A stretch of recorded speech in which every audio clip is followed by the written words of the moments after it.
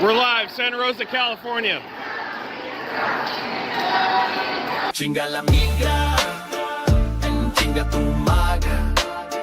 Buenas noches al fascista, que tus pozos no tengan agua. Chinga la migra, chinga tu maga.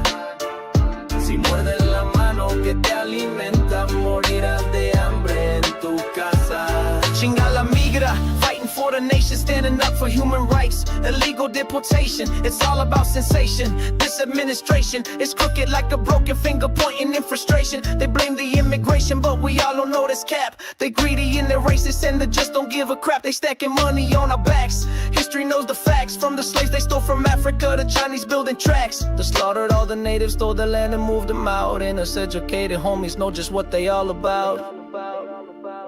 So we say chinga la migra, en chinga tu maga. Buenas noches a los fascistas, que tus pozos no tengan agua. Chinga la migra, en chinga tu maga. Si muerdes la mano que te alimenta, morirás de hambre en tu casa. From Northern Cali to LA, the people rising up. No kings in our country, we let them know what's up. We stepping up, they stepping down. We smiling while you frown, the whole nation got our back. Pushing nice up out of town. This ain't just black and brown, we feel the love and the pain. Air them out, if they cuff us, none to lose and much to gain. Santa Rosa homies loading up, our vatos are insane. LA going wild, the familia make you pay. If the Proud Boys show up, we chase them out in the day. California, crack it off, this is the land where we don't play. So we say chinga la migra, en chinga tu maga. Buenas noches a los fascistas, que tus pozos no tengan agua. Chinga la migra, en chinga tu maga. Si muerdes la mano que te alimenta, morirás de hambre en tu casa. Sacramento to LA, this is the land where we don't play. San Diego to the Bay, we march them out without warning in the day. So we say chinga la migra, en chinga tu maga. Buenas noches a los fascistas, que tus pozos no tengan agua. Chinga la migra, en chinga tu maga. Si muerdes la mano que te alimenta, morirás de hambre en tu casa. These motherfuckers, bro, they overstepping, bro. If they give a fuck about the law, they do due process. They not doing shit, bro. Exactly, no due process. They just don't want brown people. Are they pulling up to white people and taking them out? No, they're not getting rid of them. They're taking up the fucking brown and black people, bro. They're targeting these motherfuckers, bro. They don't want us here, bro. Oh yeah, make your voice be heard, bro. Chinga la migra, en chinga tu maga. Buenas noches al fascista, que tus pozos no tengan agua. Chinga la migra, en chinga tu maga. Si muerdes la mano que te alimenta, morirás de hambre en tu casa. Yeah, that's my latest hit there, guys, from the Santa Rosa Mall flash mob No Kings Ice Raid protest. How's everybody doing? Kind of wild times we're living in, guys. A little crazy, yeah? Little Chinga tu maga, Chinga la migra to start it off today, guys. How's everybody going? How's everybody doing today? I am beat, but I can't not get on. Can't not get on. I gotta do it. There's so much going on in the world right now. So much. Let me check some stream stuff. Where is... There it is. There it is. Ah. We'll go a little peaceful here. Yeah. How about a little lo-fi in the background? We'll calm us down before we get into the craziness. We're going to pull some craziness. I'm just going to keep my eyes on Tehran. This looks semi-current. I don't know how I feel about that time.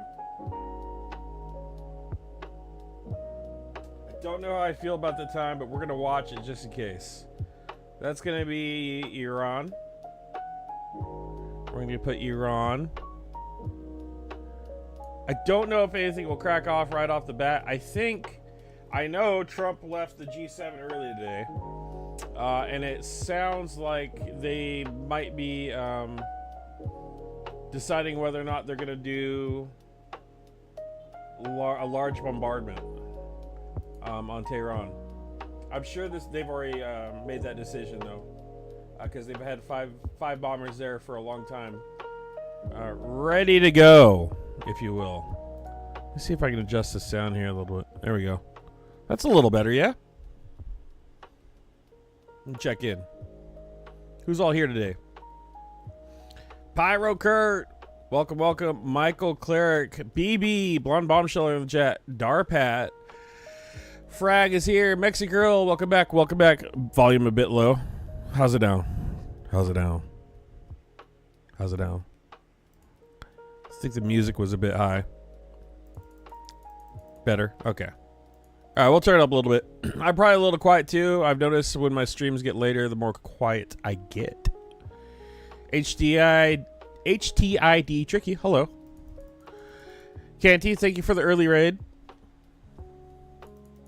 Michael Russo, thank you guys. Today, guys, maybe tomorrow, hello. Today, guys, is going to be the last day for Paige in Kansas. So we can support her fundraiser before I take a quick little break and then transition into the Car for Ukraine, guys. So let me find a quick little video.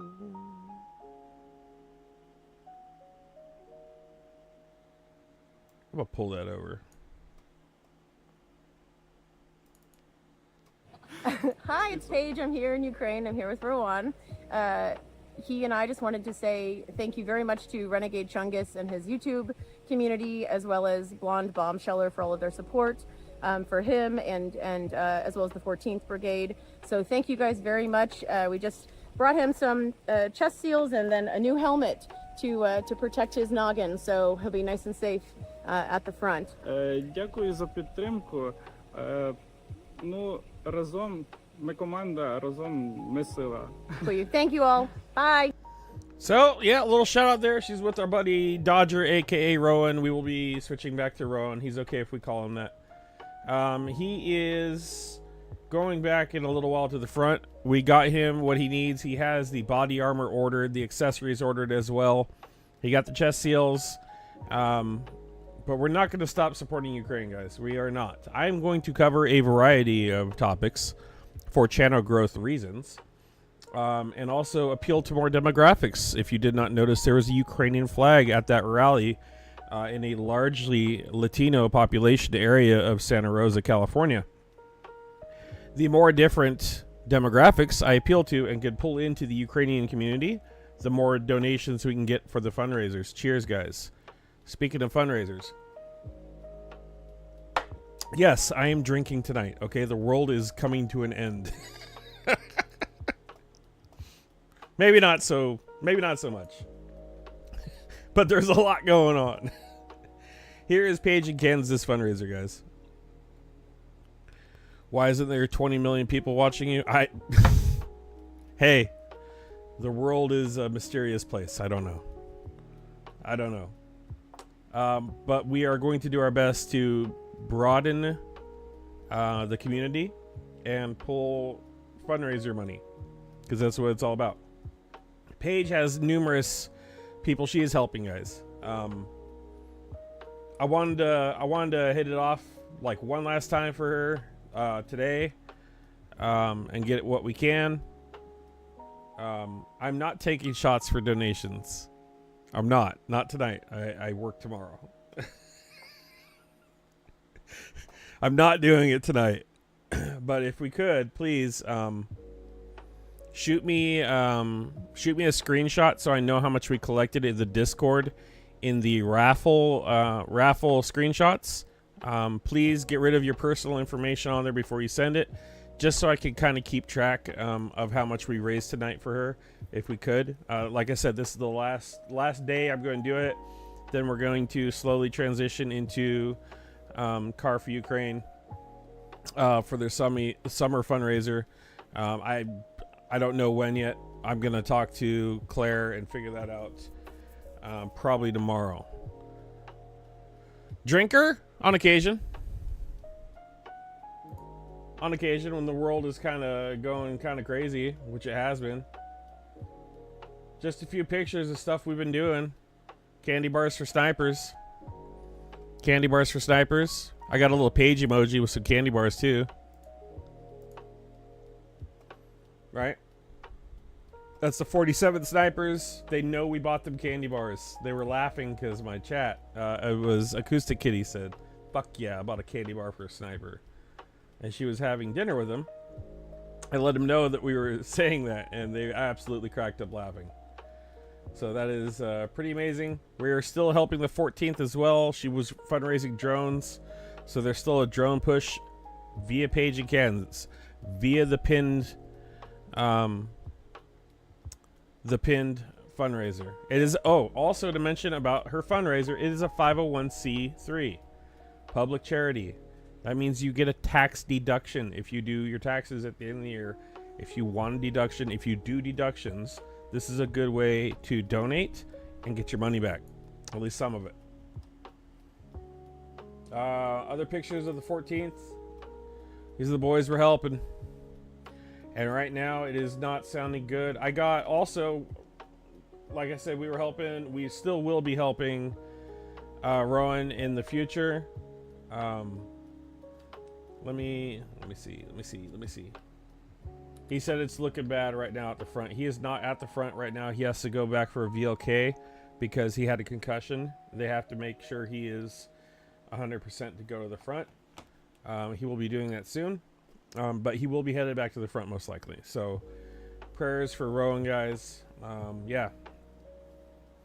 What else can I share with you? That's all I have. I don't really have a huge update on Ukraine. Other than this is the last day. What are taxes? You're funny. This is the last day to push Paige's fundraiser until way later. We will circle back to it though. There's no way I'm going to stop supporting her. I'll donate $25 right now if Chungus does a shot of Gentleman Jack. BB, I swear to God.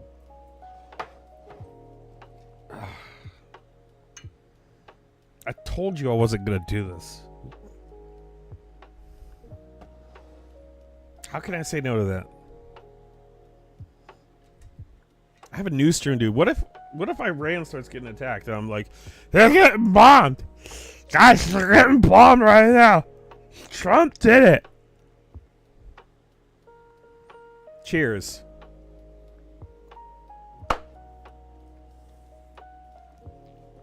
Ugh.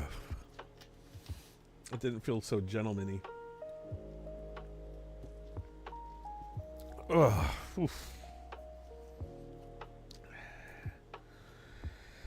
Oh, for the cause. Let's see. Okay, so I'm not just gonna sit here and take shots in front of you. I have content. What else am I pulling over? All right, wait, pause that. All right, we're gonna close this for now. I mean, I will.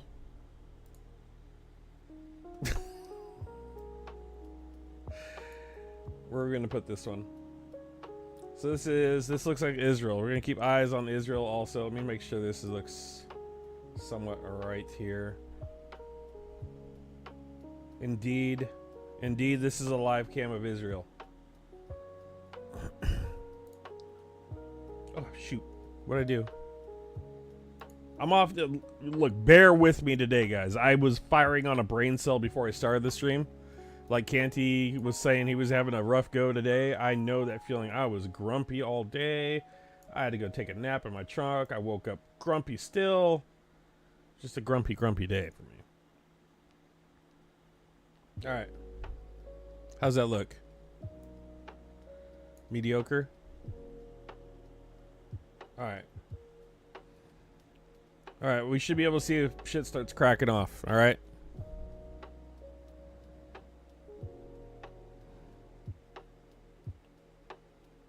You're triggered? Why are you triggered, Andrew?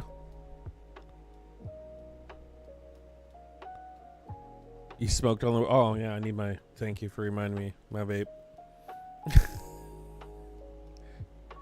You're too old to pay taxes? Okay.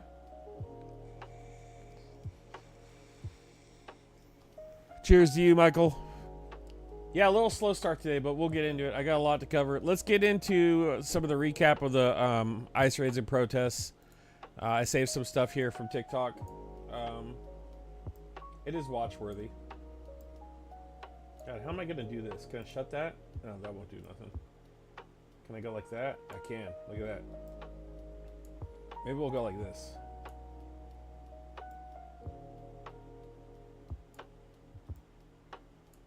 Can we go like this? How about that? How about that? How's that look? Nope. I'm gonna shrink my fat dome piece here. There we go. We're back in business.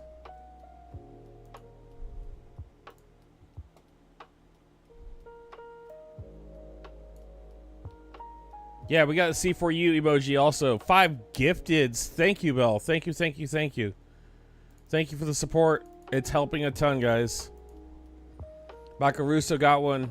Chris Winkler, Jess Australia, Olivier Jasco, and Thunderdog. Man, this channel's growing so quick, I can't even keep up. Thank you so much.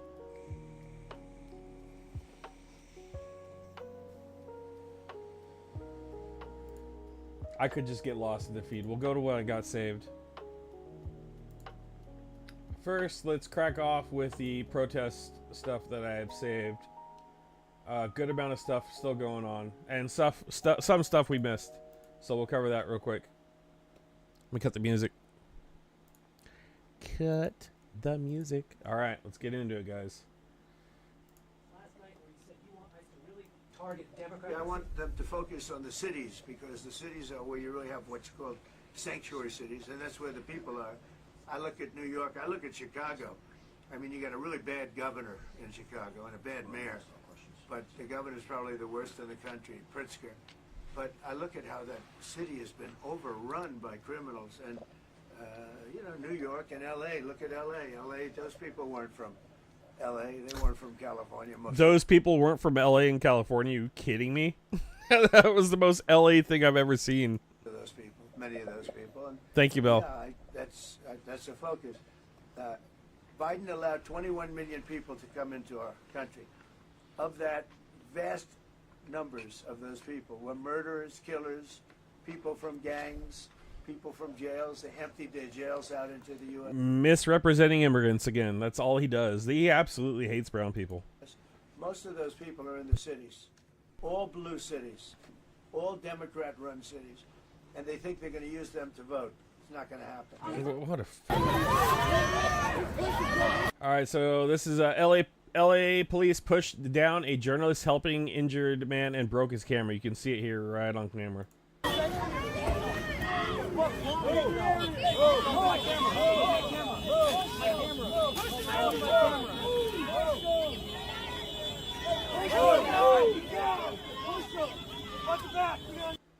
We have some big news right now. Kids. Oh, God, dude. There's a lot of that, too. You see, I didn't realize the cops are getting tired. They're absolutely getting, like, fatigued from the protests, and you can see it in their behavior. They're getting a little more aggressive, a little more agitated. I share the feeling. Kids are protesting on Roblox. They're protesting ICE on Roblox, the video game. Yes, I'm serious. According to the Latin Times and Taylor Lorenz, literally protests are shaping up in Roblox right now against other kids who are cosplaying ICE trying to raid people's homes. You can read Taylor Lorenz's full reporting online on UserMag. It's great on Substack, but she reports that there are literally videos on TikTok showing people holding signs with anti-ICE slogans behind what appears to be police barricades as sirens flash and whirl in the background. Phrases on signs include "Ice out California" and "F you ICE" and "Frick ICE." Kids in this country are literally protesting ICE on a video game. These kids on Roblox are under the age of 18 and they know what's happening in America right now. That is a significant breakthrough of information. Spread the word so more people know. Go read Taylor's full story on UserMag on the internet and subscribe to my Substack linked in bio for more. Follow along. So in my area, they did they voted at school. Like, who are you going to vote for? And they gave ballots out, and you had to sign waivers for the parents to allow them to. And the majority of the kids in the school where I live were Trump voters. I think my daughter was the only person in the entire class that voted for Kamala. Everybody else wanted Trump to win. So to see this, the tides turning, I don't know, you never know where they're playing that from, but pretty wild that even children are paying attention to this sort of stuff. So yeah, it's actually, I don't know. Cool, I guess. Maybe we'll see how that turns out. I don't know. This is Phoenix. This is something Tucson. This is Tucson, Arizona. ICE lost this battle. They got pushed back. They straight got owned. Oh.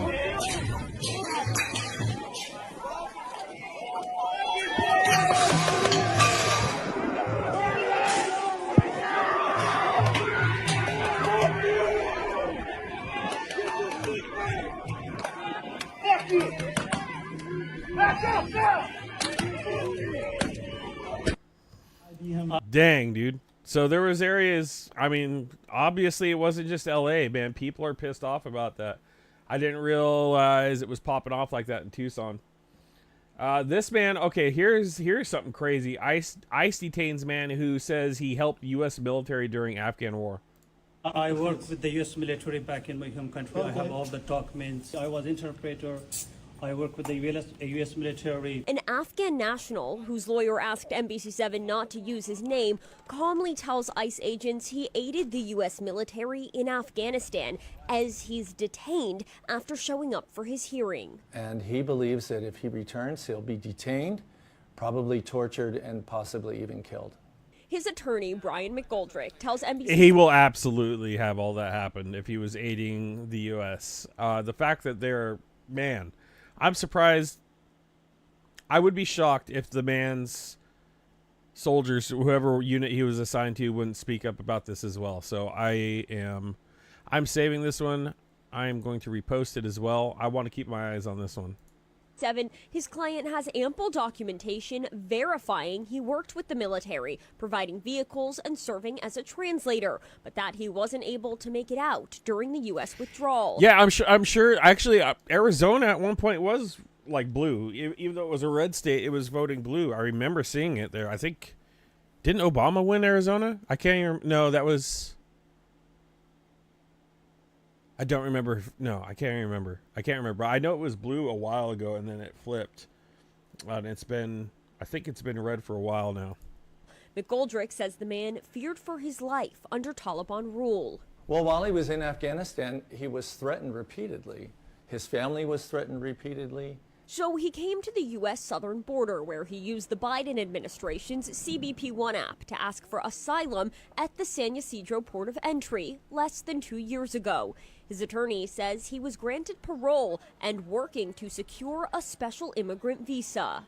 They want to deny him even the opportunity to have his asylum case heard. We asked ICE officials about this incident, but didn't receive any answers in time for this report. Did you back up, please? I didn't know that it's going to happen like this for me. Anybody? No, I didn't. All right, well, I don't know where that's going to go, but if they put that man back to Afghanistan, that's a death sentence. And that's like, dude. And he doesn't care. I know he doesn't care. If he calls your own military suckers and losers, what's it going to do with people that help us?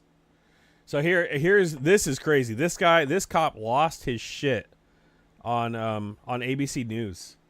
Check this out. This is wild. You're to anybody. No, I didn't. You're on TV, and now you're pushing me on live television. All right, we didn't touch anybody. You know that's true. You're okay.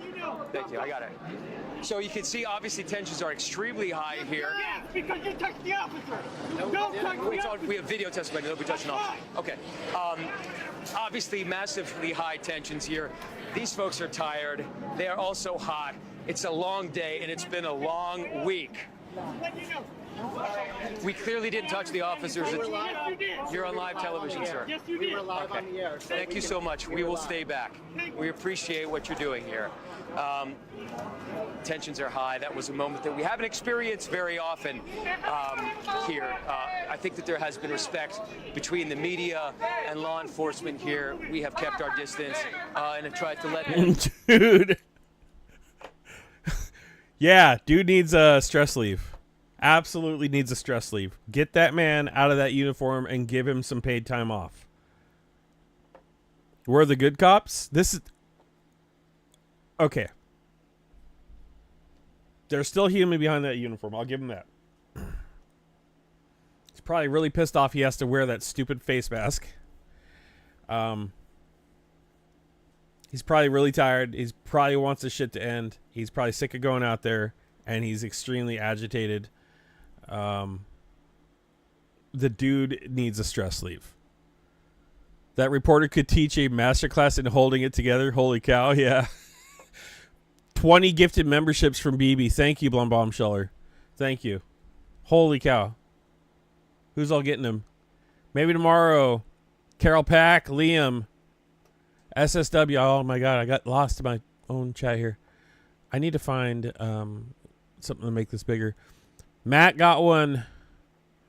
Miklek got one. Dollar Straws, Aussie T, Linda H. Holy cow. My stuff's going wild now. Oh my god, you broke it. Thank you, BB. Thank you.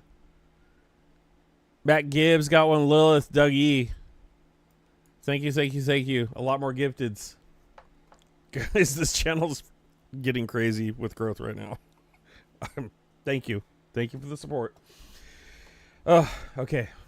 Stay focused now that you got me seeing double after taking that shot to shot. Yeah, so obviously tensions are high with the PD. They're losing their shit. I would expect the longer the protesting goes on, you're going to see them become less cop and more pissed off counter protester with rubber bullets. Really soon here. Everybody has a breaking point. I am concerned it's going to lead to unnecessary violence, which I don't want to see.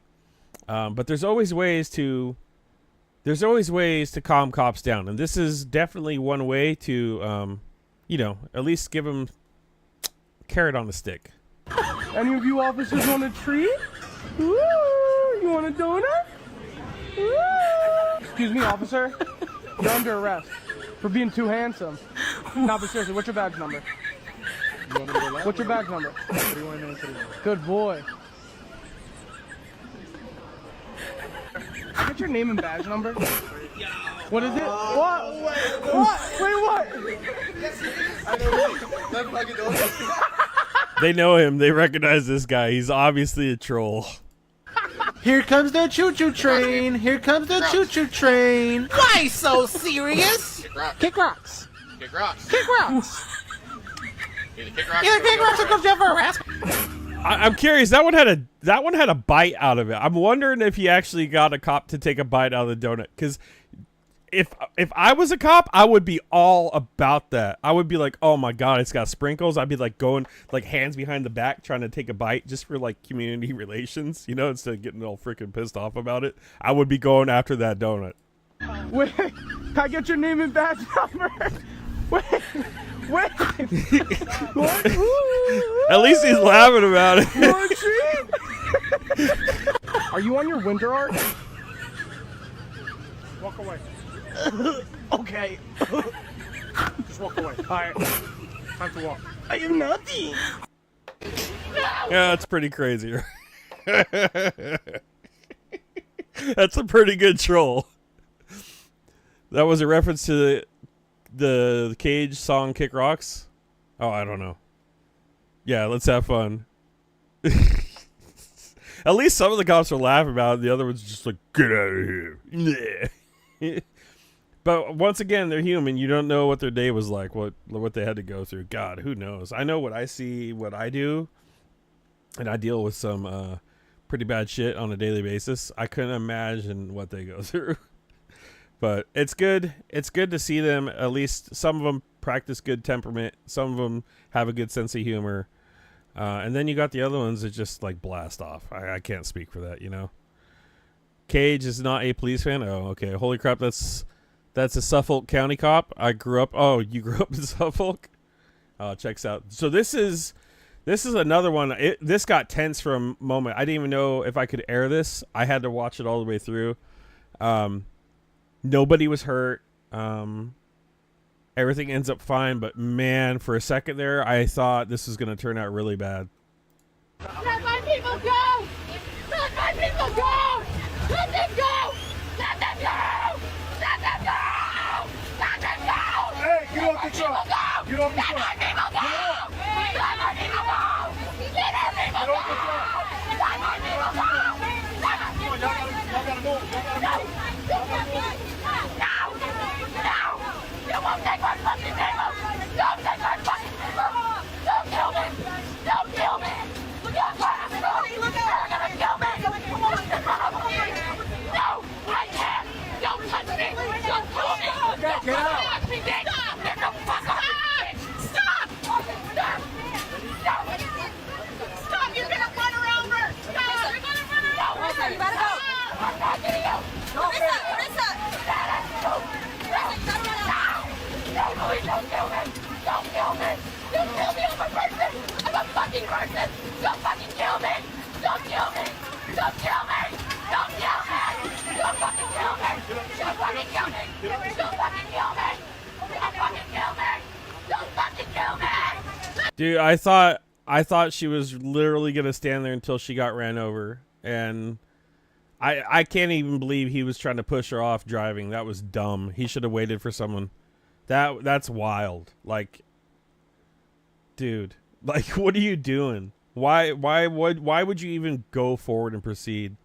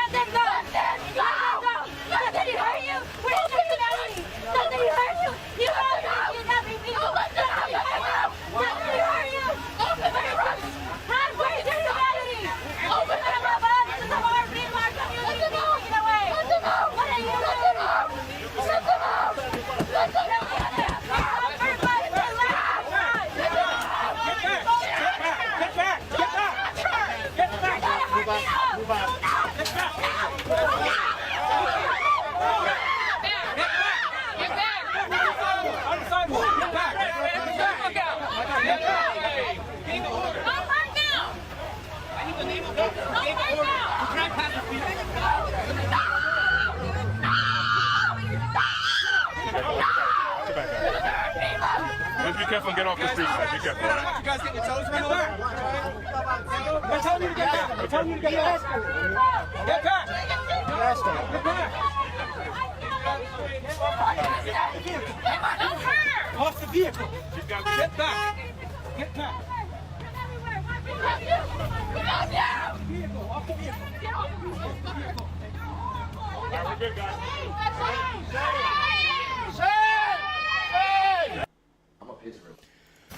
Oh boy, that is wild. This is wild too. Like, these people are just, these people were like 100% not in the road, not impeding traffic, not, dude, talk about America in distress. That's why I put that emoji in there. This shit is wild how we went from, I mean, we still had the war in Ukraine under Biden, and it was still really bad. And we had our issues, but nothing on this level throughout the entire United States and globally. It's getting so much worse. God, she is extremely brave, but I am also very glad that she got moved out of the way. That is not safe to do. You never know who's behind that vehicle, what's going through their mind. I'm glad she got moved out of the way and she didn't get hurt, and it was dumb. She shouldn't have done that, but I understand her passion. I respect her passion, but there's got to be more productive ways to do that without putting your life in danger. That just, don't get in front of a freaking vehicle for crying out loud. And I thought, like I said, if it wasn't on TikTok, if I was watching that on Reddit, I probably wouldn't have watched it all the way through, because I wouldn't know how that played. But I know that they have community guidelines there that they can't air certain stuff, so I was comfortable watching. It was still hard to watch. I teared up just a little bit right now, just watching it. Pretty emotional. People are very passionate, but dude, this is okay. Yeah, ICE. So check this out. This is in Charleston, South Carolina, and these people are absolutely peaceful protesting. And watch how the police reacts with their horses. This is wild.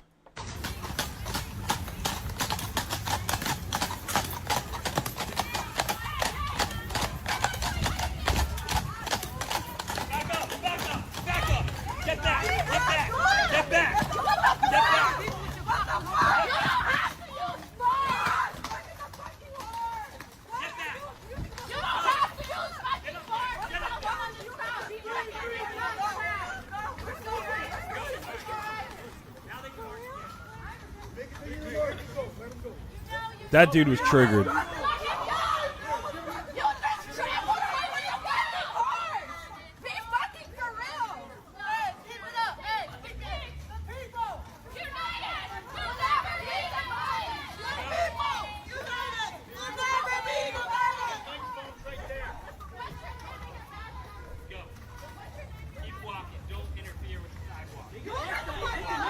So they're asking for his name and badge number. He doesn't give it through this entire event.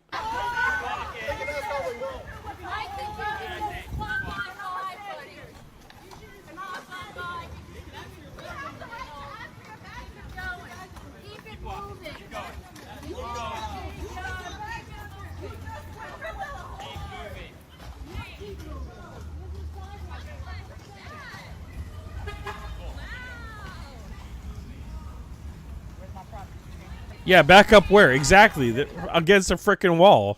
Thank you for expressing that for me. Back up what? That makes no sense. Back up where? The guy was triggered. Again. And I don't think they were protesting like LA. This is just not a good cop. He obviously doesn't like what they're doing. He obviously has some personal feelings about it and was compromised, and it shows.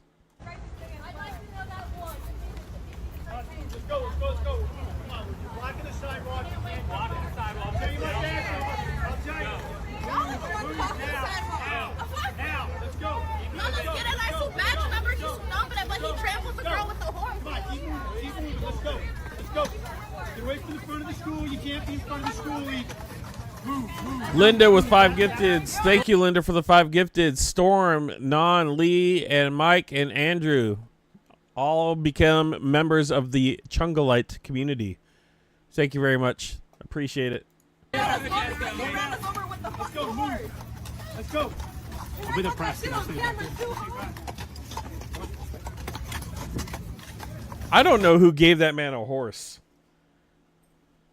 Like, if you're going to be triggered that much by some people protesting on the sidewalk, blocking the sidewalk, is that even a thing? Is that even a thing? I don't know law in South Carolina, but Charleston, South Carolina, but that seems very sus to me. Matter of fact, that's going to get a follow.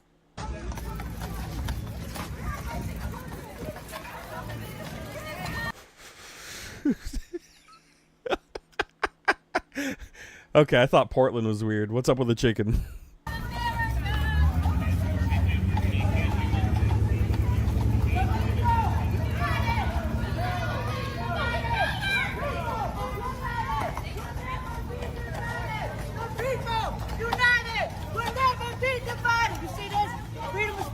Asserting your First Amendment rights. This is what you get. This is what you get for asserting First Amendment rights. Look at the resources that you terrorize people. I know, chicken ran out of nowhere.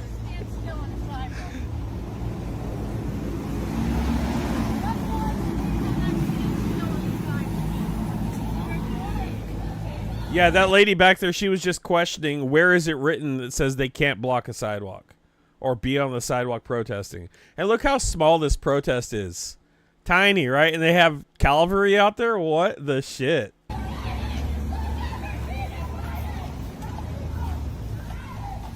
All right. So now we got some schmotschmies over in Springfield, Missouri. Pride Fest. And they were briefly escorted out immediately. And they were told to stay out of our town. Make sure nobody gets in.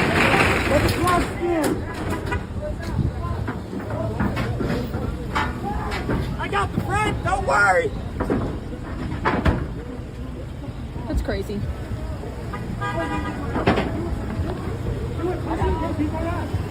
it, bitch. You fucking Nazi.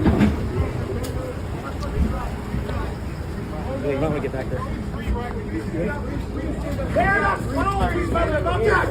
Alright guys, one at a time, one at a time. Let it up. That's crazy. Please put it away. Please make it easy. Please put it away, man. Get in. Get in. Get in. Get the fuck out of here. Why are you scared to hit a fucking woman? It doesn't fucking matter. No, fuck away. Oh, sure. You don't hit people just with your fucking shields. Do something, you fucking fuck you. Get your fucking walls.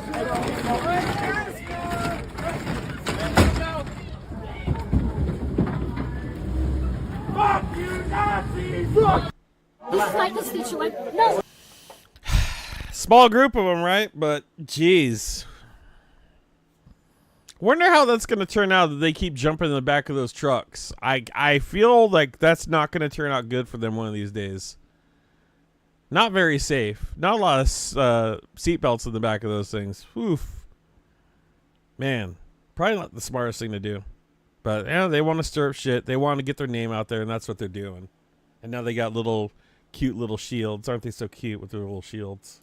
Do not touch me. Do not touch me. So this is, where is this? This is police body cam footage captured the chaotic moment. A Massachusetts councilwoman attempted to block the arrest of a migrant who allegedly beat up her pregnant daughter. The intense encounter took place when ICE agents confronted a crowd of unruly activists as they tried to arrest Brazilian national Rosanne Ferreira de Oliveira, 40, who entered the U.S. illegally. The video shows an unidentified 60-year-old being arrested and charged with reckless endangerment.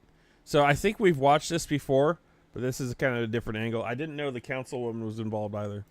Go over there, man. You're obstructing a federal arrest. Do not touch me. Come on. Come on. Let's go. Come on. Please don't touch me. No, You are obstructing a federal arrest right now. Do you understand that? Let's go. You can be charged. Hey! Stop! You're gonna get injured! Stop that! Stop! You're under arrest. I got him. She's under arrest! You're under arrest! What are you doing? Why are you arresting her? You have to back away. Back away. You gotta back away. Back away. Get your hands off of us. No, stop right there. Stop. You know, it's interesting how many of our politicians and city workers are now getting involved in this. Like, we saw Padilla the other day get tackled to the ground. I feel like we're going to see more of that. And I know, who was that? Who was that the other day? Who was that got kicked out of the State of the Union address? I can't remember his name. Can someone help me? I think we're going to see more stuff like that from our politicians the longer this goes on in the administration and up to the midterms. I think we're going to see, we might even see them go fisticuff inside of Congress. I don't know. I got a feeling it's going to get more wild in Congress. We'll have to keep an eye on it, but that's my prediction. So you got Jack Black out in the freaking No Kings protest, just chilling.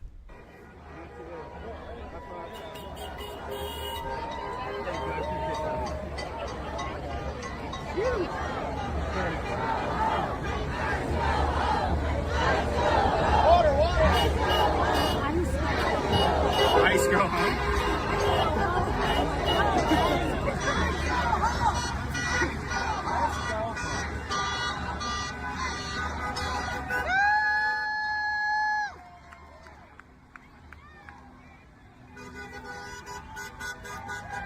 Okay, Anna.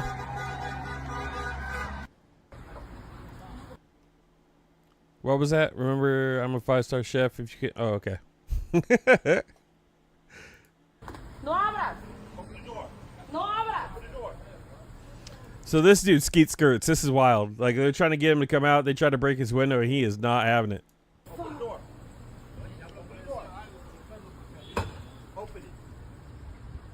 That's illegal, bro. Open the door. Can we at least see the warrant? Open the door. Open the door. Can you at least show him the warrant? Open the door. Where's the paperwork at? Open the door. Where's the paperwork? Open the door. Where's the paperwork? Where's the paperwork? Are you guys even law enforcement? Open the door. He's not law enforcement. Open You the can't door. do that. You Open can't the do door. that. You guys are just ICE. Open the door. This is crazy. Exactly, on the Sunday. You've had a former Spokane councilman who's been organizing ICE protests get arrested 2 or 3 times. Ah! What's his name?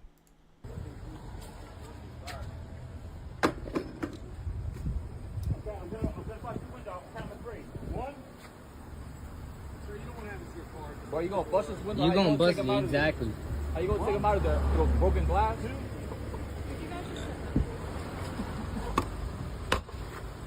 Damn, that's crazy, bro. He came and That's busted. Crazy.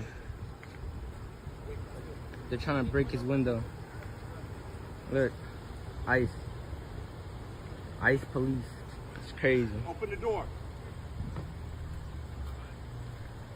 They don't want to show no warrant or nothing, bro. It's crazy. On a Sunday. No, stop! Stop! Stop! You're gonna hit a car! Stop! He's out. Yeah, just get out. Deuces. Go! Do your thing, go! That's right, go ahead, do you. Do you. Yeah, that's right. Fuck ass ICE, bro. That's crazy. He just skeet skirt. I'm out. I don't know how that ended up. I'd imagine he got away. It looks like they're kind of pinned in unless he went around too. Yeah, Alex Padilla. Ben Stucker. That's the guy who's been arrested. I want to look into him. Hold on. I'm gonna write that down.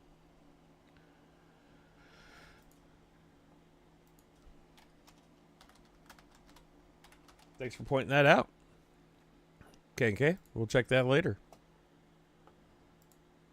Guy skeet skirted out the sidewalk.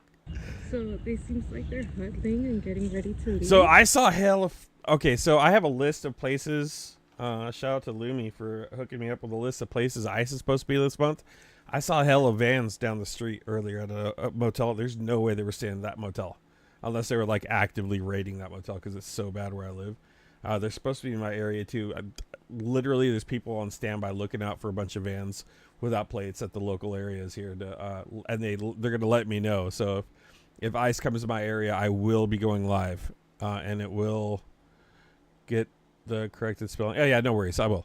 Yeah, I will be going live if ICE comes to my area. And yeah, that'll be wild. But I have people on watch out here if they do come. So I can do a flash stream with ICE raids. And these are the cars that they're gonna be using. And they are to allegedly take they're people scheduled around. to come up here. So These white vans and they have no plates. that will on. be wild. Some have plates, but they're not even from California. So I can't even see where's that one from. See, they're taking trucks. They have Border Patrol here. They have expeditions or explorers. They look like blue explorers. There was also watch groups in Santa Rosa too. They have watch groups ready. They give contact information out who to call in case ICE does show up. Fords, a lot of Chevys. Yep. You guys can keep a lookout on the type of cars you guys are gonna be to patrol. You see, there's a fucking whatever that is, a Camry, a Nissan. Look at these ugly ass fuck faces. Look what they're wearing. Yep, we see you. We cut your little center, bitches. This gets a little crazy too. It's just really passionate. I share this on my Facebook as well. This gets a little wild. Do I live by Murder Mountain? Oh my God. Okay. You want to get into that? Let me think how I'm going to word this. Oh, man. John.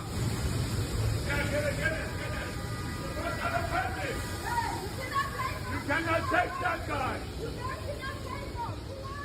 Who are you? Who are you? Hell no. Who are you? You supposed to have the paper. You cannot take them. Get the fuck out of here. Get the fuck out here. You are animals. God is watching you, bro. You are God is animals. watching you. You are like an animal. God is watching you. Get out of here. God is watching you. Motherfucker. Get out of here. God is watching you, motherfucker. Like an animal. Everything. God is watching you.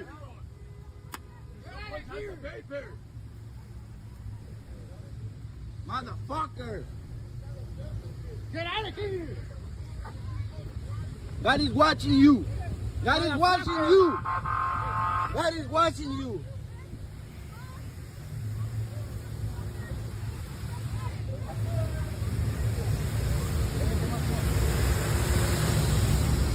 Hell nah. Yo voy a llamar. Ahorita. Ahorita.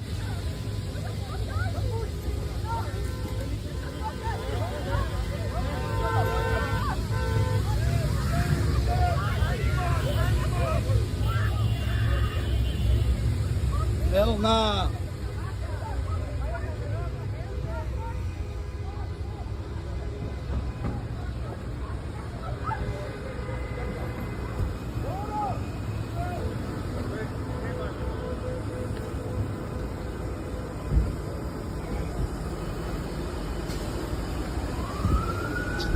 Oh no. Oh.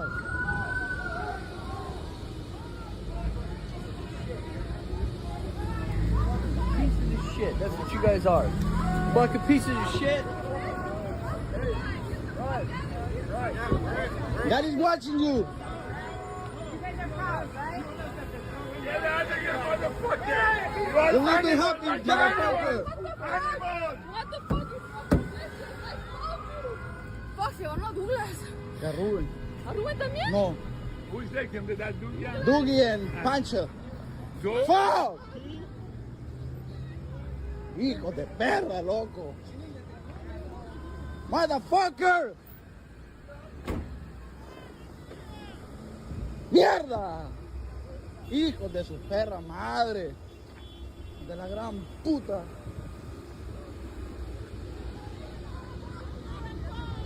Snatch and grabs like that in the age that we live in now are so just...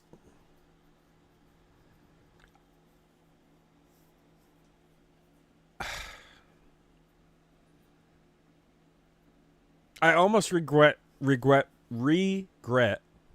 thank you, Jack, regret putting that on my feed earlier, because I know that there was at least one soldier on the front that was reacting to what I posted, and he was shocked.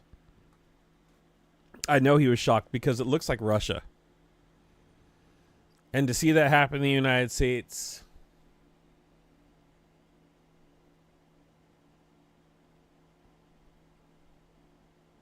God, I almost didn't want to put that on my feed now that I think about it, just so I don't, like...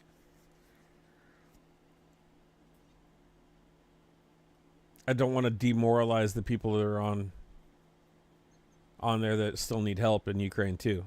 And it's kind of like, I got to air it so other people see it too. And then at the same time, I have to be careful what I air because I don't know how it's going to affect soldiers too, because there's soldiers that follow me. So, but I aired it. I don't know if I might be overthinking that. But when I saw him react to it, it was like, oh, wow. I'm like, yeah, this is America now, guys. To react to the Do I Know Murder Mountain, I used to work in Southern Humboldt at a business where I was a manager. And I could tell you everybody in that show who was the hero and all the shit about him, including the bandit on there the bandit on there and his girlfriend were the last ones seen with a missing person who allegedly OD'd in fentanyl at one of the local hotels and disappeared with the help of one of the hotel clerks. So yeah, I know Murder Mountain. Chelsea Israel, still missing to this day. And the hero, the badass bandit on there, was one of the last people to be with her alive, allegedly. Some bad stuff happened, and no one ever saw her again. So yeah, I know a little bit about Murder Mountain. And the heroes of it. The heroes. I already caught one of the heroes try to swindle me over a freaking stupid $100 gift card out of that stupid shit. And his son, dating one of my underage employees, used to get her coked out in the woods. So yeah, I know a little bit about Murder Mountain. And the fucking disgustingness of Southern Humboldt. So yeah, I could actually react to that. Let's just say. Yeah. Yeah, I could react to that. So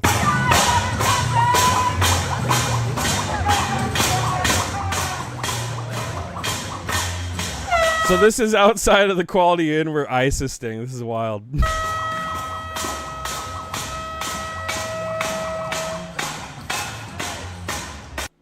We have breaking news right now. Donald Trump has announced that he has... Okay, this is important. This is important. So enough of the shenanigans. Start this over. We have breaking news right now. Donald Trump has announced that he has ordered all federal agencies to, quote, liberate Los Angeles from migrant invasion, as he is calling it. He said order will be restored, the illegals will be expelled, and Los Angeles will be set free. Folks, this rhetoric coming from the President of the United States is very significant and very serious. He says that he has directed Secretary of Homeland Security Kristi Noem, Secretary of Defense Pete Hegseth, and Attorney General Pam Bondi, in coordination with all relevant departments and agencies, to take such action necessary to liberate Los Angeles. What that means is we could see increased military presence on the ground in Los Angeles. We could potentially see United States Marines on the ground in Los Angeles. Now, we don't have any confirmation right now of Marines on the ground. I've received some tips that that may be actually coming soon. Pete Hegseth already put them on high alert, but Donald Trump is not backing down. Get ready for a long night. I'll be providing you updates every step of the way, so stay tuned. Subscribe for free at the link in my bio to my Substack and follow along for more. We have breaking news right now. Donald Trump... Okay, so they're talking about liberating, then they're talking about easing off on the farmers. I don't know where that's going to go. I got a feeling things are going to progressively get more to the point to where he is going to get what he desires so desperately in making sure that we are under martial law in every major blue city in the United States. Yes, I did pour another shot. I am not going to say no to a $25 shot to the donation fundraiser since this is the last day in Page in Kansas. However, I do have to warn you that I don't know what's going to happen if you give me too many of these. So $25 donation from BB to the fundraiser for a shot. Cheers. I can't wait to slur my words more. Oh, God. Ross, you're here with a Mexican flag, not American flag, but you served in the U.S. Marine Corps. Stephen Miller might say, well, that's a sign of an insurrection. What does this flag mean to you? Oh, God. Well, my parents came from Mexico. That's the thing. My blood is Mexican. I'm Mexican. I was born here. I love this country. Don't get me wrong. I love this country. I will fight for this country any day. But I'm also going to represent what runs through my blood, which is Mexican. I'm Mexican at the end of the day. Your mom and dad came here and they weren't documented, but when you entered the Better than the pickle juice? I'll never do the pickles. I'll never do spicy Polish pickle shots again. That was the worst decision I've ever made in my life. Absolutely terrible. I was destroyed internally for like 2 weeks straight. You don't even know. Marine Corps, you told me that through a legal pathway to citizenship, you were able to get your parents papers to live in this country legally. The Marines was your parents' path to legalization. So when you see the Marines here standing in between ICE agents that are trying to deport people like your parents once were, and you guys protesting, I don't know, what do you think? What does it make you feel? Like, it makes me feel super sad. It makes me feel sad because a lot of the people I see here, a lot of guys back here, a lot of Marines, they're all Hispanic. I know for a fact a lot of them have parents that were born in a foreign country too. And I'm sure they're trying to do the same thing that I did and take my pathway that I did to get to my parents their citizenship. But It's just sad. It's super sad. If you were in the position of one of these Marines from 29 Palms standing up here right now, and you had been deployed here, what would you do? They're in a tough spot. They are in a tough spot, and I understand where they're coming from too. Like I said, I was in their shoes at one point. I know when you're active duty or even reservist, honestly, you can't talk smack about the government because they're your boss. You're just a number to them, so you can't really say nothing, which sucks, and it's a sad reality. If Donald Trump's watching right now, what do you want him to know? Keep it PG-13. I want him to have compassion for everyone. Like he said, I was actually watching his rally yesterday. He was talking about how farmers are losing a whole bunch of their workers that never committed any crimes or nothing like that. He should think about that with the whole community, because most people here are here to work. They're here to improve themselves. They're here for the American dream. That's what they want. They want the American dream. That's why everyone that comes here, most people that come here, they want to improve this country. A quote that my parents, but it's funny, my parents were born in Mexico, but a quote that my parents always taught to me was one by President John F. Kennedy when he became president. It was like, ask not what you can do for your country, or no, ask not what your country can do for you, ask what you can do for your country. I've always gone through it. Like, I've always lived like. So I've never been in the military, and I don't really know how to react to that. I can understand where he's coming from, but I was never in the military, so I don't know the stance. I understand that you have to follow orders, and I doubt a lot of the military people, when you're in there, have time to reflect on their oath to protect the Constitution. I don't know if they teach you the Constitution in the military. I don't know much about military. What I do know is my chat is talking about having liquid fire poop for 2 weeks after spicy Polish pickles, thinking that burns, and that bothers me. I am Hispanic. The stomach is not the issue. It felt like my gallbladder was melting out of my chest for 2 weeks straight. I was destroyed.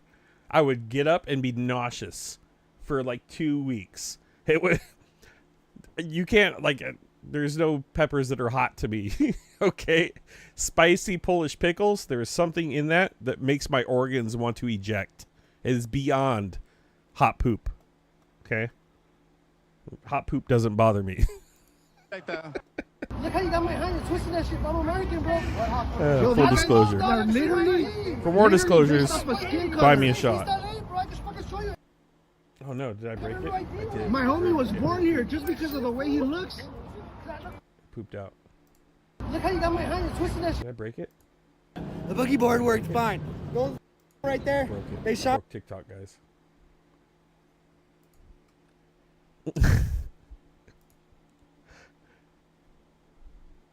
I broke TikTok. It's like, man, this guy's talking about poop on his stream. Oh my god, did I really break it?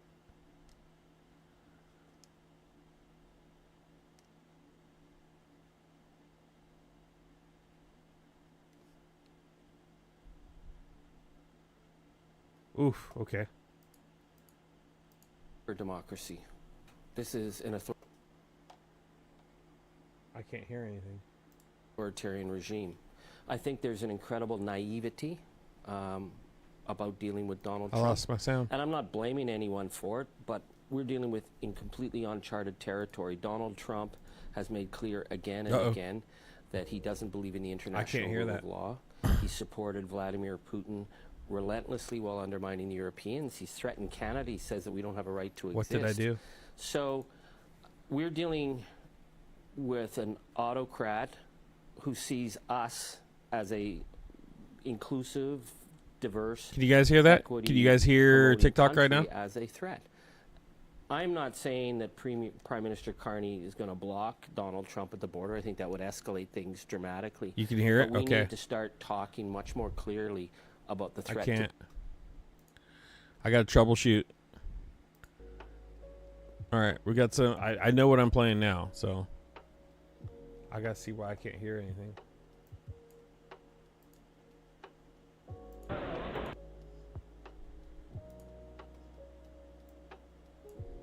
Something just happened to my sound.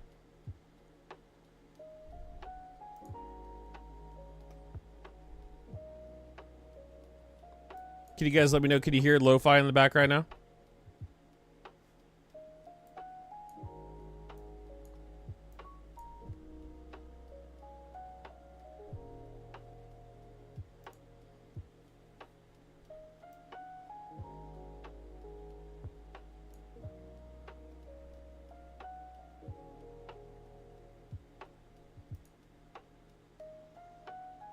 Okay, I can't hear anything.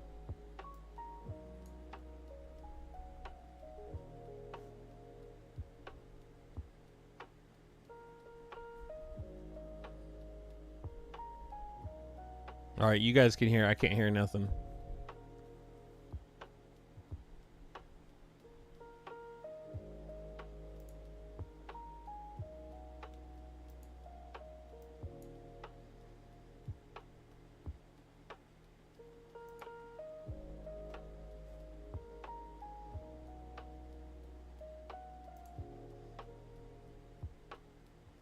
Test.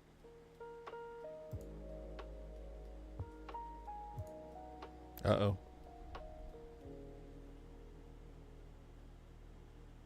Did I just lose my headphones forever?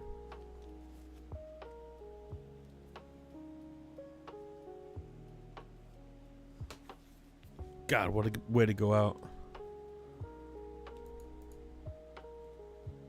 Test.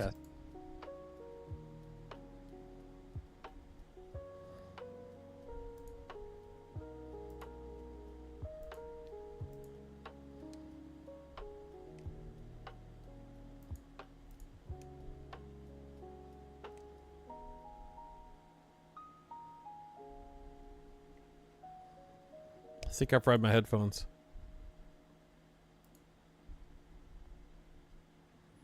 Linda H, thank you for the 50. Thank you. Thank you for donating to the fundraiser. I think I lost my headphones.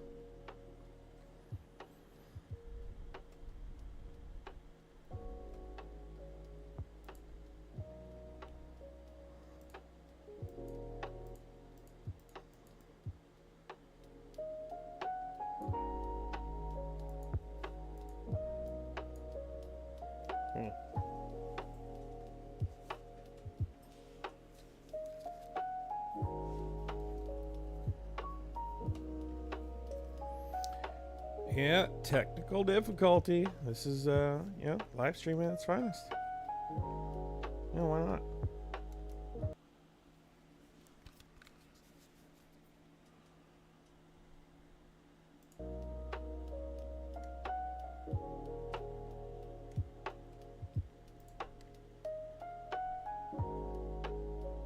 Man, my shit just broke.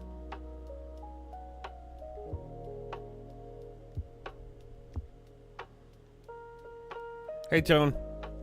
Having some technical difficulties. Checking Discord.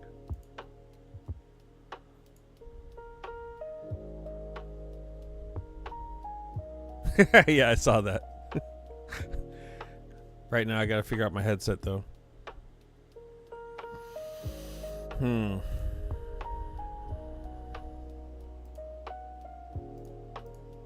That's weird. It just cut out and it's gone. This thing's gone.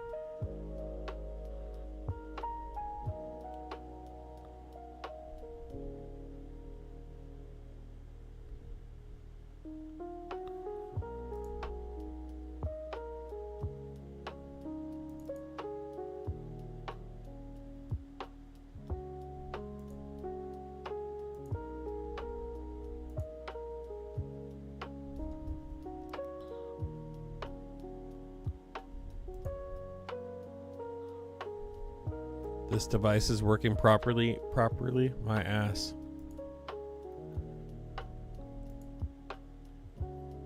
I think I just killed my headphones somehow. All of a sudden they just stopped working. They're charged. I hear them connect, but no sound.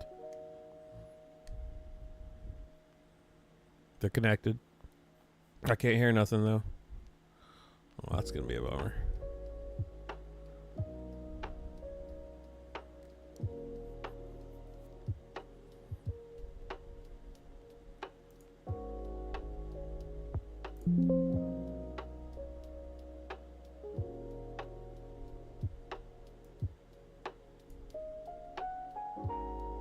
It's gonna be hard to react when I don't have a sound.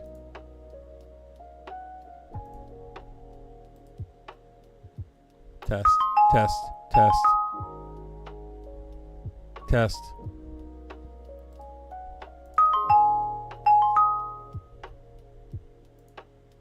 Yeah, they're gone. They're back. All right, I'm back. What the hell was that? Yo.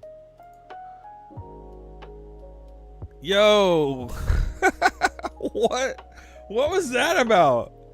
All of a sudden the sound, I couldn't hear nothing, and then all of a sudden it came back. The stream gremlins are here, guys. That was wild.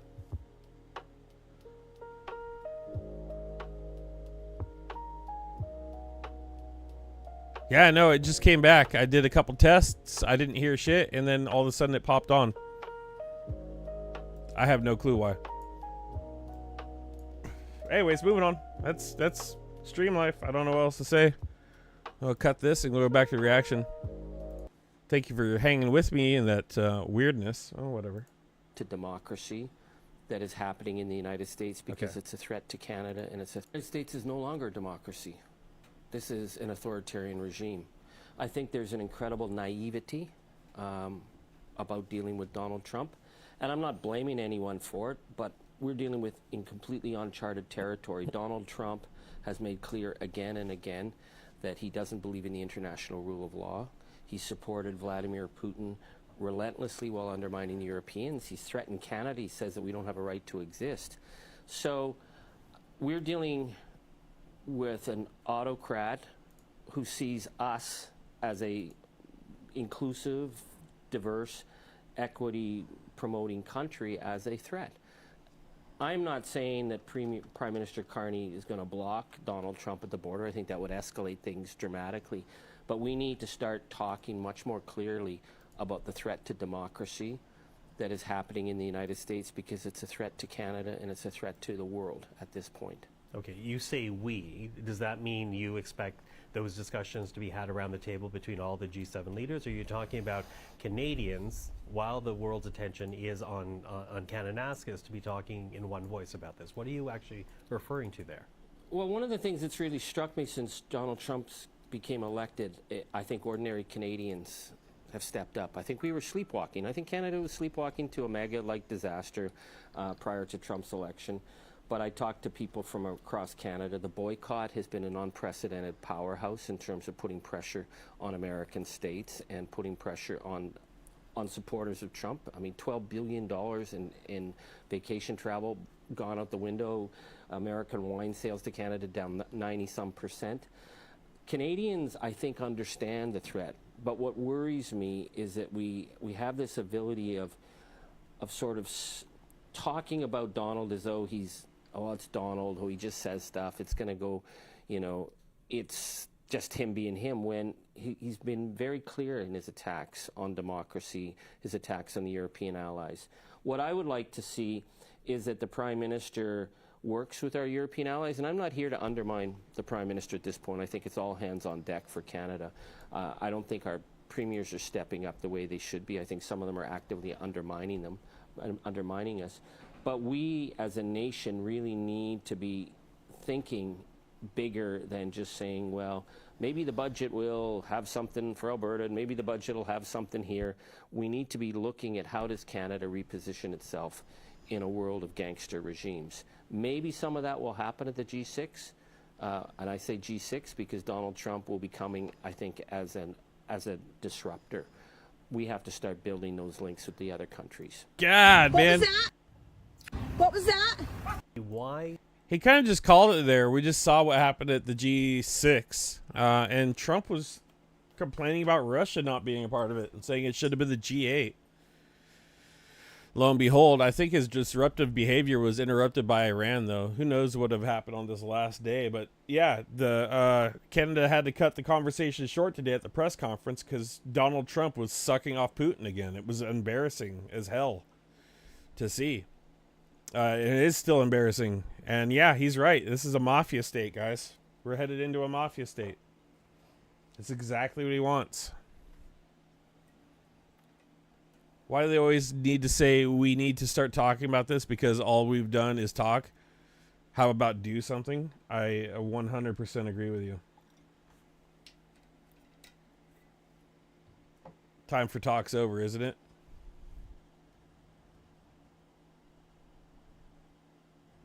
Yeah, I had the Bluetooth disruption for sure. Maybe I'll just go hardline I'll have to go wired or something. I don't know. I'll have to research that. That was weird, though. I don't want that to happen anymore. Yeah, pretty much a shit show. Yeah, it was kind of disgusting. I don't know if I saved a clip. I might have saved a clip. We'll see if I saved a clip in politics. Matter of fact, this was supposed to go into...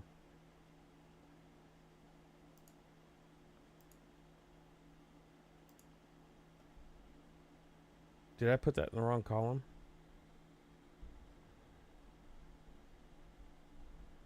Oh yeah, here's where I left off. That jumped somewhere. Look how you got my hand. You're twisting that shit. I'm American, bro. Yo, these I guys don't know, dog. are literally, ID. literally based off of skin color. East LA, bro. I just fucking show you. I got my new ID.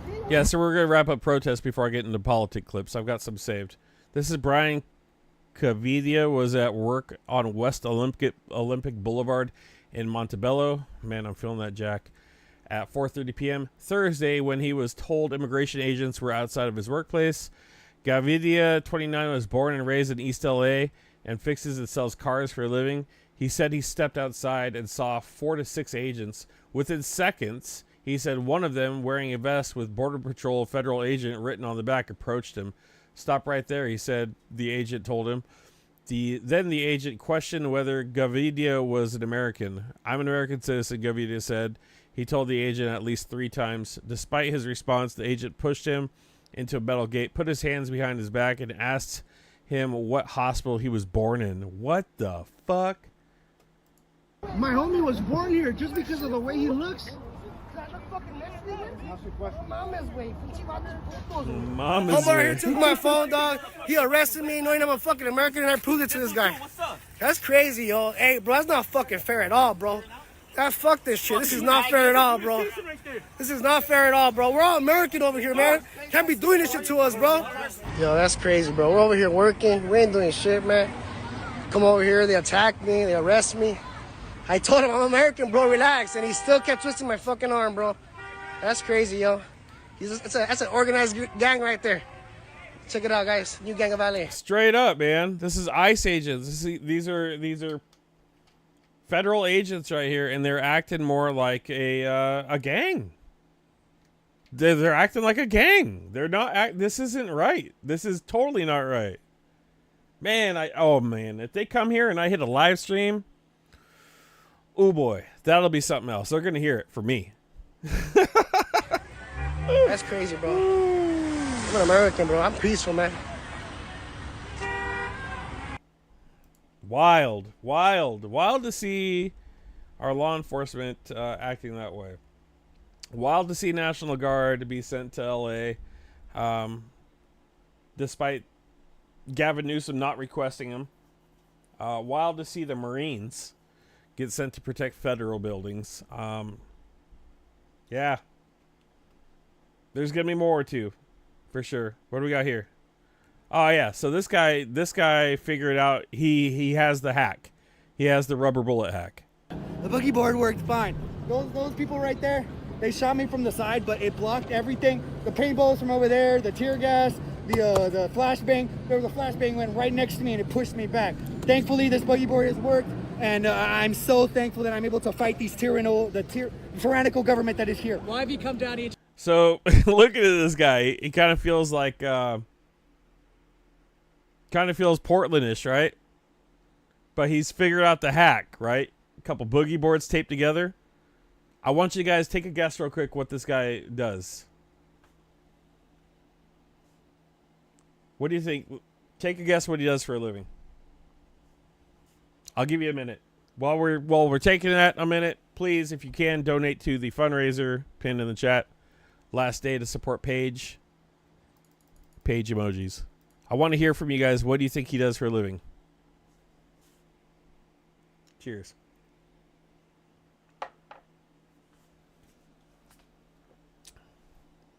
I'm here. I'm wait.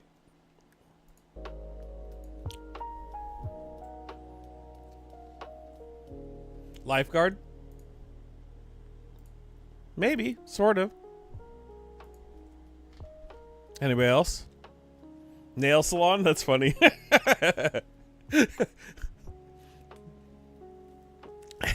Paints nails. All right. Nice nails, guys. Come on. Painter? Been a dad? Lawyer?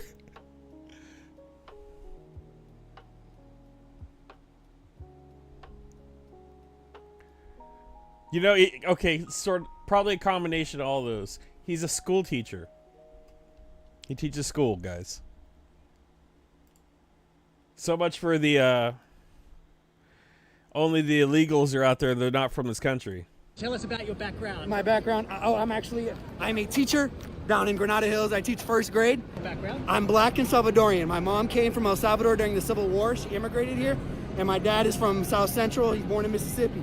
So I have a lot of culture here, and I love America, but we cannot stand here as Americans and allow this to happen. We all as Americans have to realize that at the end of the day, it may not be peaceful, but we have to stand up, okay? We all have to stand up. Thank you. School teacher, guys. I know at least one of you should have guessed that.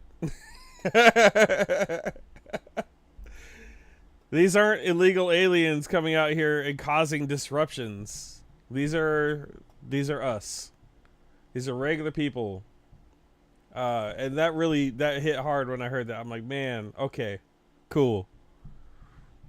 Yeah, it's good to see teachers out there. And you know, they're the ones that are informed, obviously. They're teaching. So they know exactly what our country's going through. And to see them out there, man, that's good shit. Yeah, bravo to that, man, for sure. So why does this matter? Why are people out here getting soaked in the rain to send a message?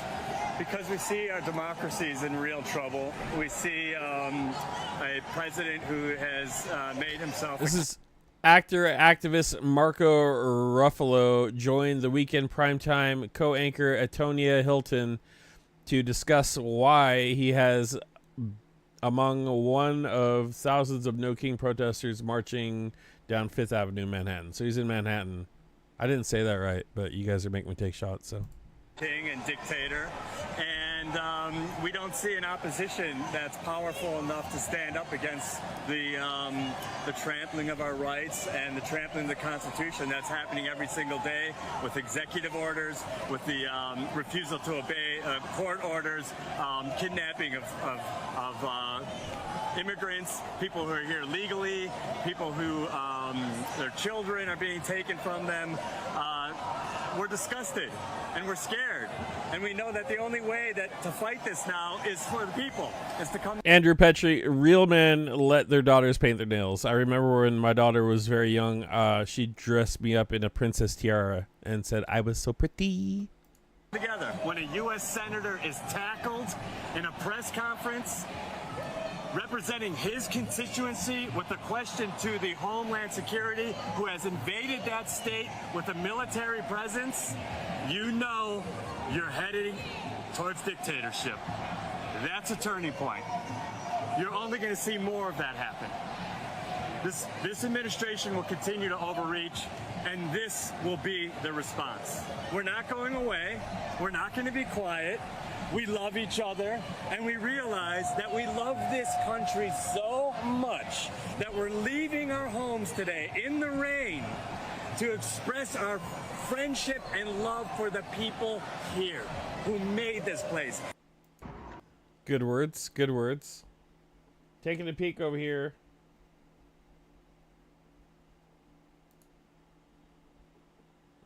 We lost some feeds in Tehran. I don't know. Let me go back and see if we saw anything.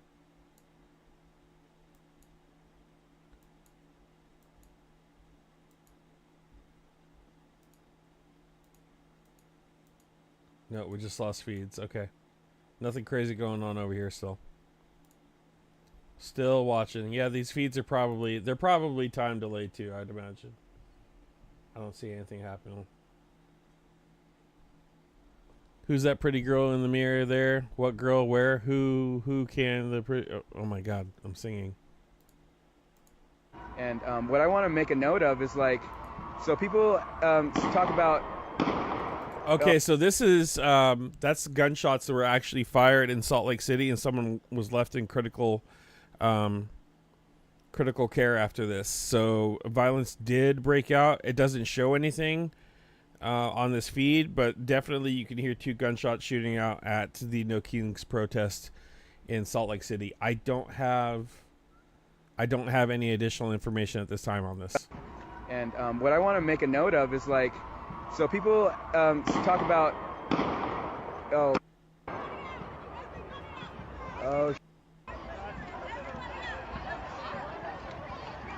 okay, let's figure it out.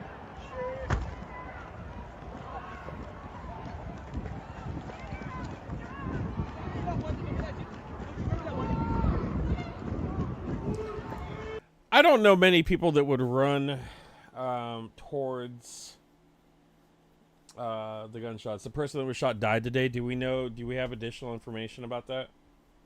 I don't know what happened. I know there was gunshots at the protest. There was news coverage on it. I don't know anything additional about it. If you can, message that to me if you find any additional information on that. But yeah, pretty shitty, man. Just going out to the protest and someone pulls a gun out.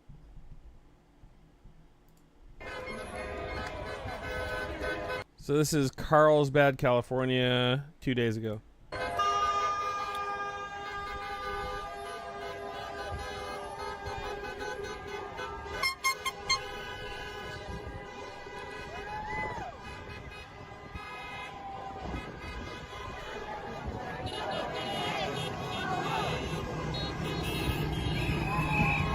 Alright, so here's a little more information. New York Times.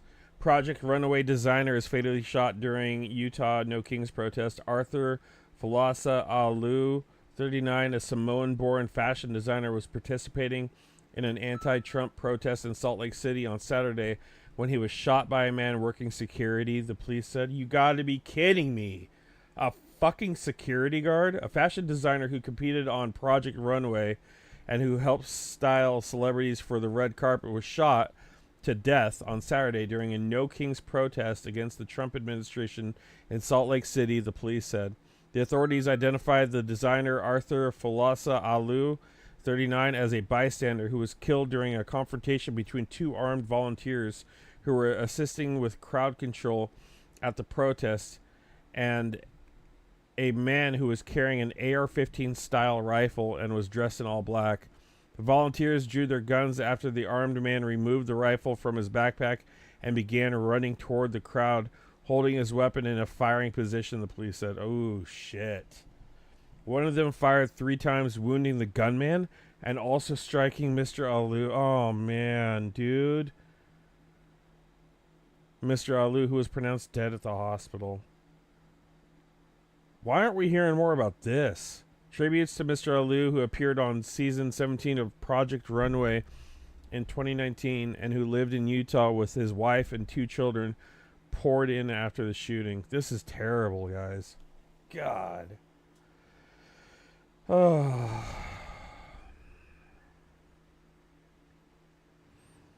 Aului Cravalho, a native Hawaiian who was the voice of the heroine in Walt Disney animated film Moana, noted that she wore Mr. Alu's custom designs to the world premiere of Moana 2 in 2024. There are no words to hold the grief of losing Afa'alu, she wrote on Instagram.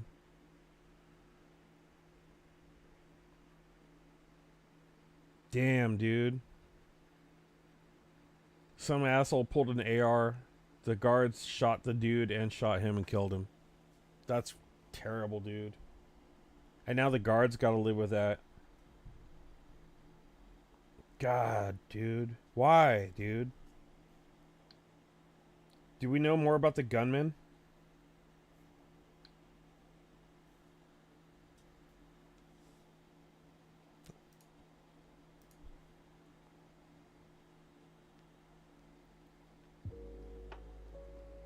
I gotta see if I learn. Fashion designer. CNN reported on it too. Why didn't I hear about this? An innocent bystander at a No Kings protest in Utah was shot and killed by a peacekeeper. who was aiming for a different man pointing an AR-15 style rifle towards the crowd.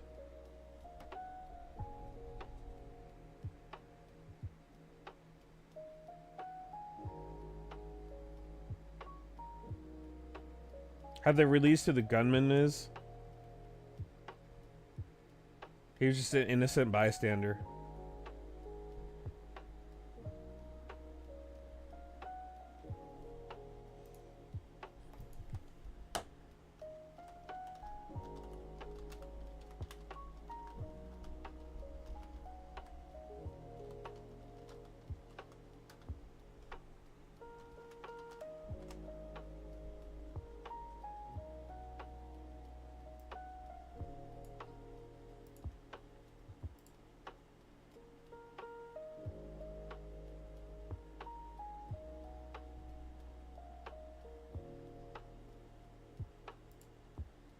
Oh, that's him right there. Let's see if I can find... Just out there trying to... That's him right there. God, dude. That sucks, man. Just wrong place, wrong time. You know, that's something you don't think about when you go to these protests, too. I tried, like, when I went there the other day with my daughter, I was like, hey, look. His name was Reese Arturo Gamboa. Just a normal American shooter guy, so he was MAGA, is what you're telling me?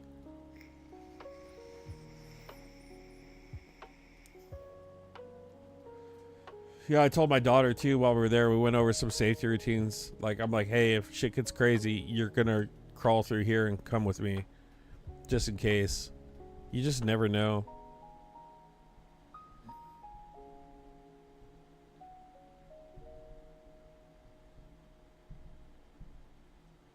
Arturo Gamboa. Arturo Gamboa.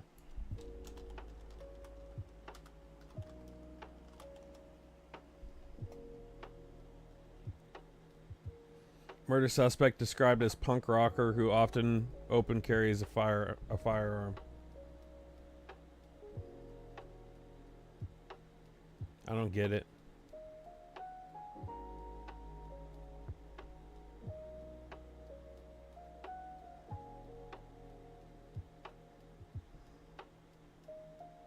I'm sure more will come out of that. We'll have to see how that trial goes. I'm sure there'll be a trial. That's a bummer though, dude.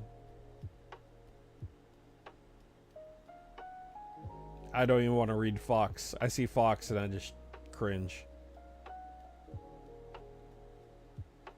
He shouldn't have pulled an AR at a protest, so that's just dumb. And I don't know Utah law, so but still, that's stupid.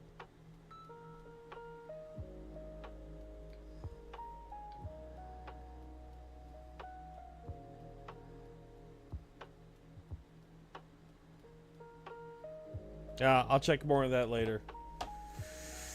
Oh, I gotta pour one out for a homie. Damn, dude.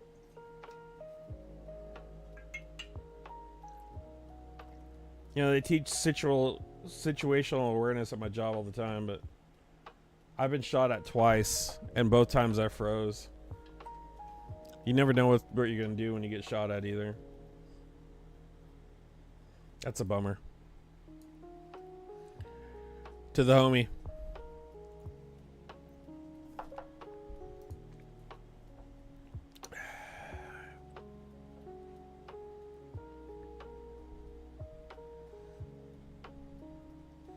Yeah, I know, Nomad. We'll have to figure that one out. I'll check more into it. I don't want to report on it when I don't have like all the information. There'll be more to come. I'm fairly certain too that Utah is open carry, but if he was pointing it at people, if he raised his muzzle at people at a protest, you know, definitely punk rockers do not support fascists, but there is also an anarchist edge with that as well. So that could just be pure anarchy. You don't know. Moving on.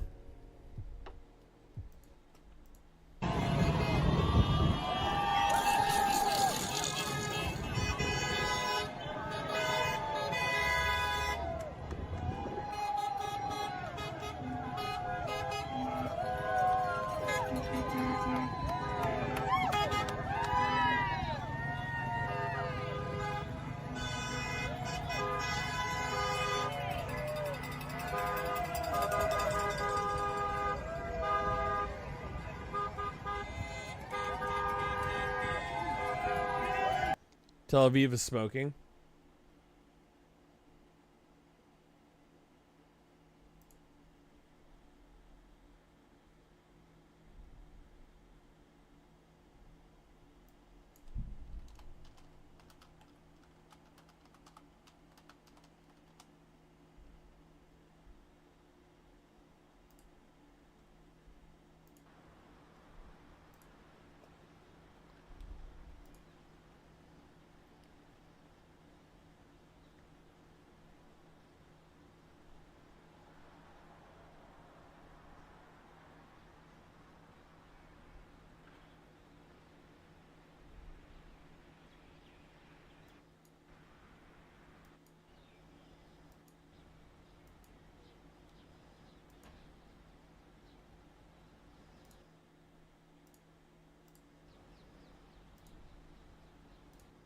What the frick?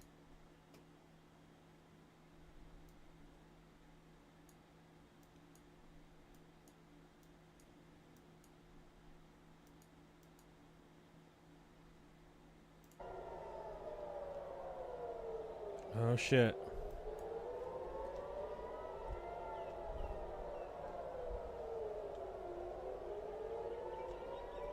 That's definitely air raid sirens.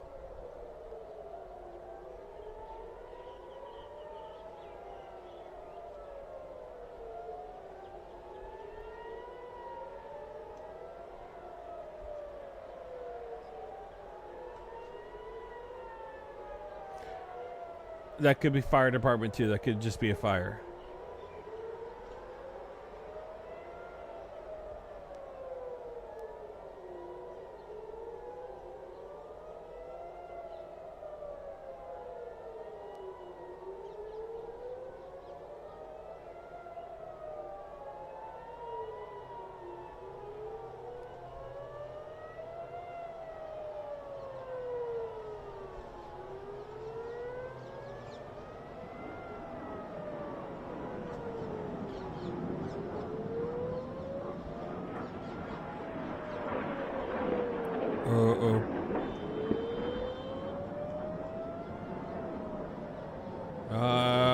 That sounds like a rocket. Those sound like rockets. Yeah, this is an active missile strike.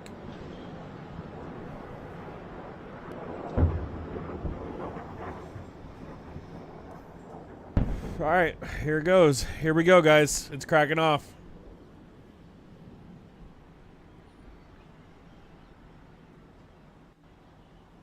Okay, so that was definitely a missile strike. We're moving forward. Missiles definitely hit.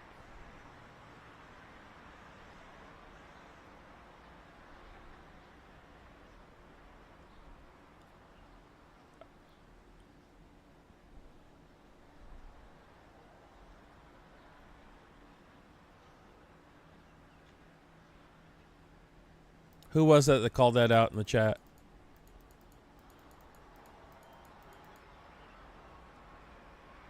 Jilk. Thank you. Jilk? Jilk. Help me. Help me pronounce. Thank you. No, this is not Kyiv. This is Tel Aviv.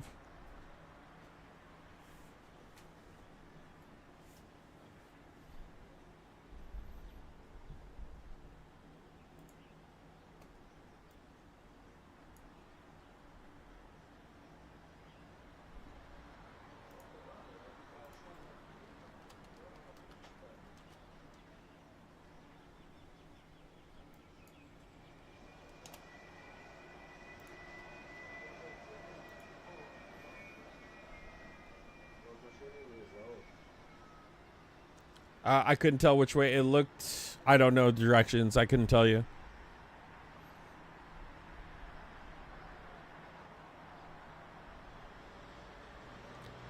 J like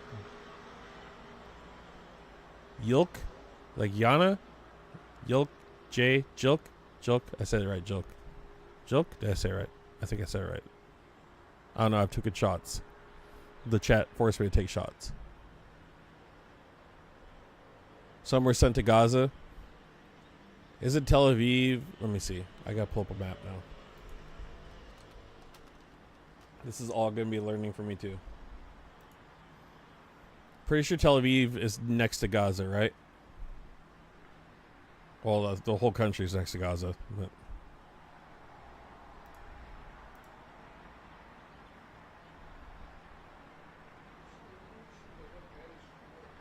it is on the West Bank. Tel Aviv is like right on the coast.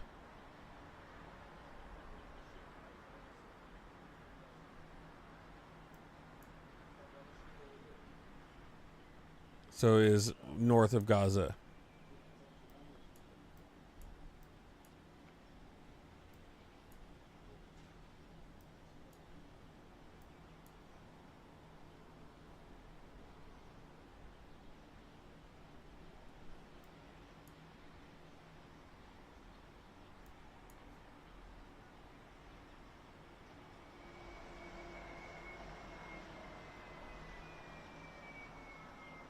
Yeah, it's right on the water. Tel Aviv's right on the water.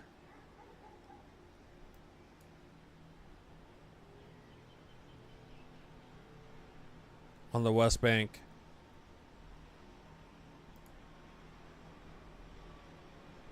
Looks like TJ. That's wild. Came from Gaza? Wait, how's that possible? Oh, north from Gaza. Okay, yes. It is north from Gaza, yes.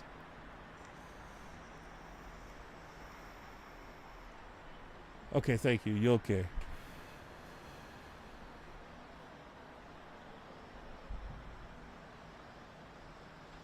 Yeah, sorry, I suck. No, why? E sounds like the...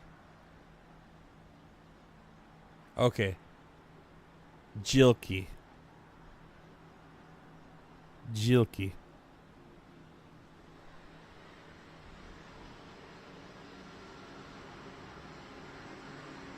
That's where your friend lives? Shit. Well, we'll see how this plays out.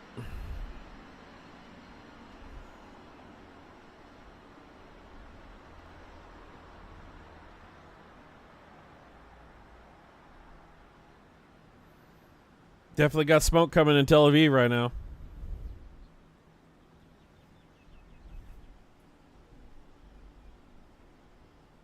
Let's see if this is isolated. I just want to take a peek here. Associated Press with the feed. They seem to be really solid. So far, I haven't been disappointed with Associated Press feeds at all.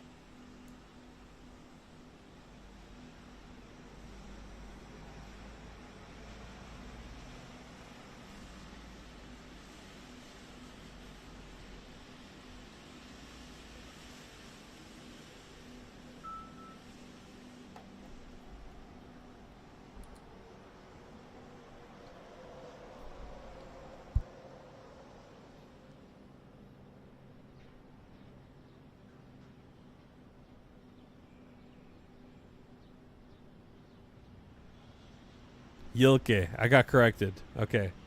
I don't hate your name. I like it. Yilke. Am I right?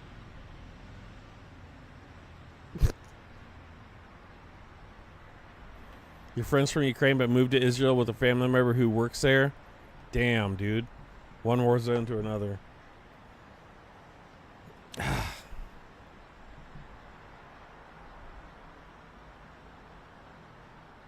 All right, we got smoke coming from Tel Aviv for sure.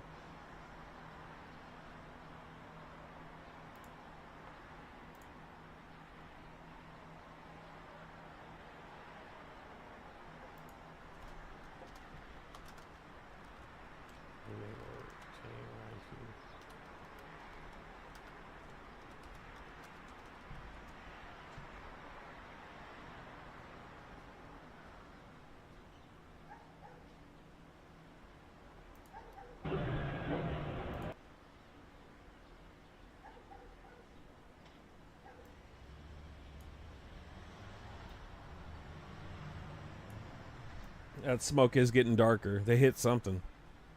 Something is on fire. That's dark smoke. That's a building.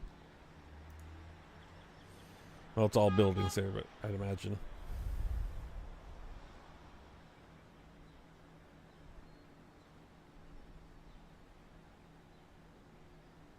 This is live from Tel Aviv, guys.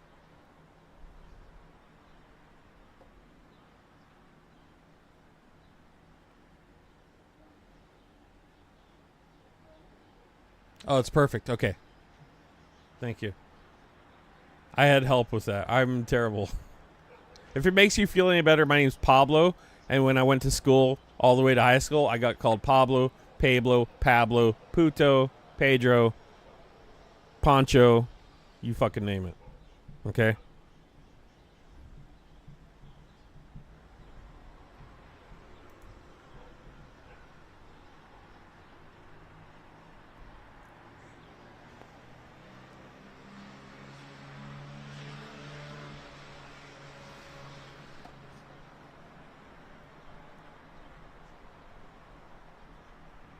Are we comfortable saying that was a missile attack, chat?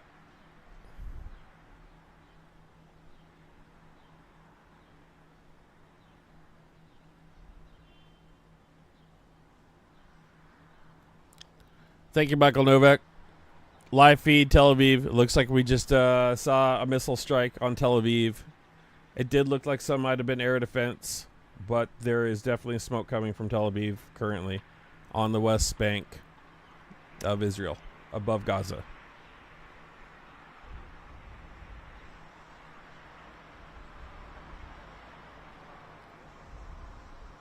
Canty, I'm about to officially change my name to Pablo at this point.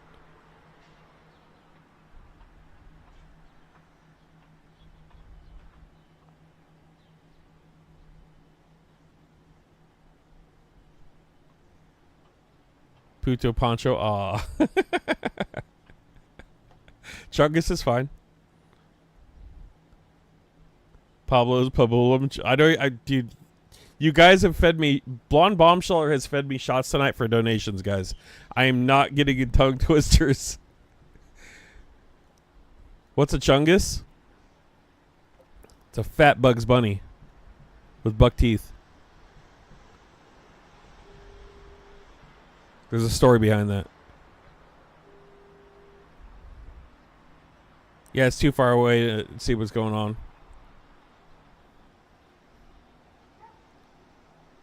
You want to go to the bar? No, I can't go to the bar. I can't leave. This is breaking news. This is my bar. I brought the bar home.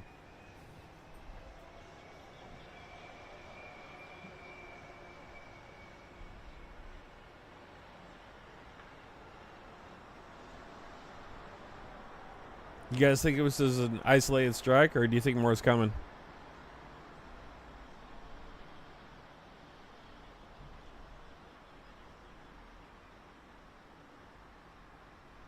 I'm not going to change the name of the feed yet, or of the stream yet.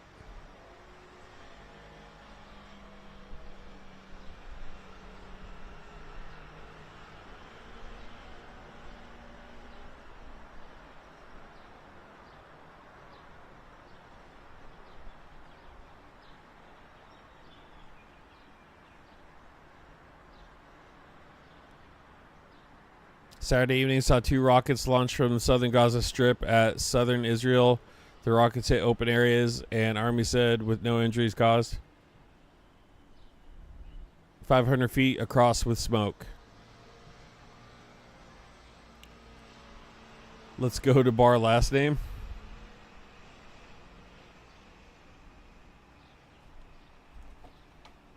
Was that you that sent that? I thought someone threw me in a freaking signal chat, Canty.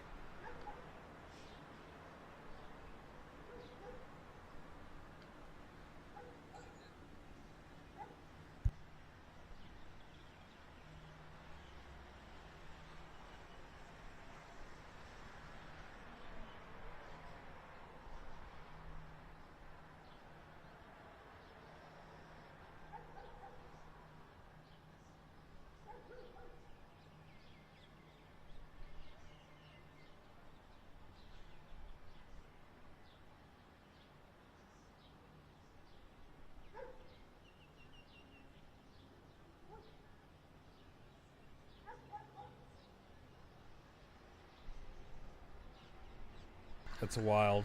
I can't even air that, I don't think. That is wild.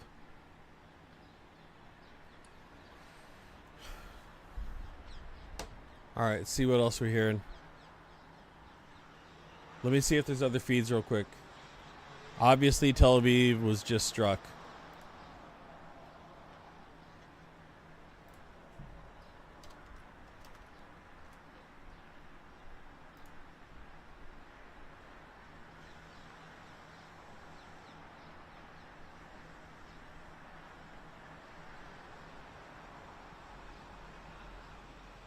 CNBC says several explosions heard over Tel Aviv. IDF warns Iranian missiles. Okay, so I feel pretty comfortable saying this was a missile strike. We did see it looked like there was missiles, so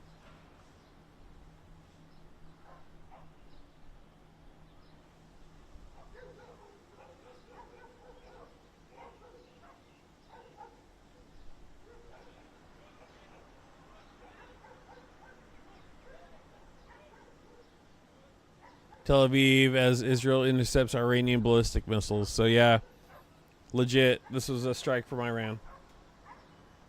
At least that's what everybody's reporting.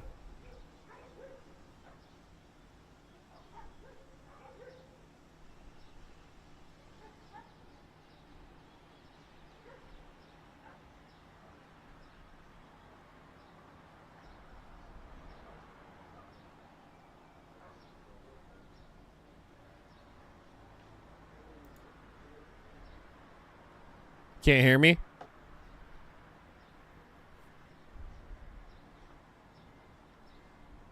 Oh yeah, I muted myself for a second ago. I had to look at a feed on my phone, so I mute.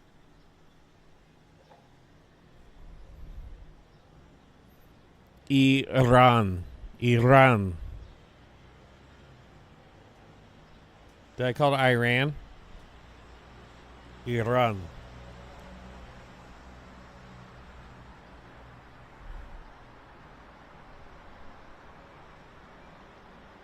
Middle East is new to me, guys. I haven't covered it.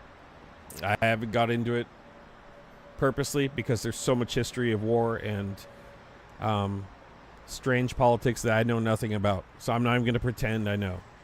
What I see is smoke on a live feed right now and missiles that came in. And I know Iran does not care for Israel much. And vice versa.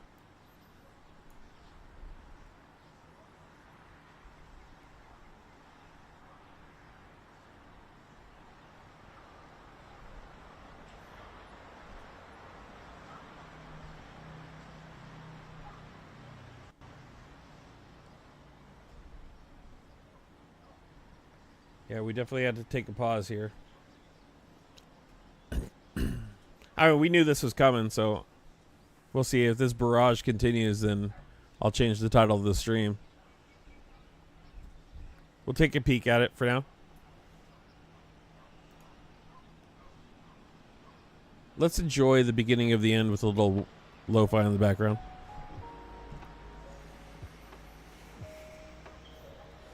This is a good time to plug the fundraiser, though, guys. Who's going to donate another $25 for a shot of Jack Daniels? Let me know. We're still fundraising. This is the last day to fundraise for Paige in Kansas right here. She's still helping out the 14th Mechanized with drones and many others, guys. While we dive into World War III one bit at a time. Who's going to get me drunk with a $25 donation for a shot that I said I wasn't going to do tonight? Thank you, BB.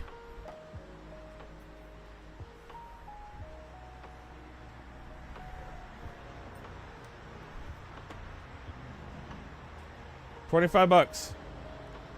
Watch me get schnockered to help Ukrainian soldiers. Yeah, I remember them chanting "Death to America" in Parliament in Iran. But I also know that there's a ton of people there that are supportive of Western culture and ideals in Iran, and they're being suppressed.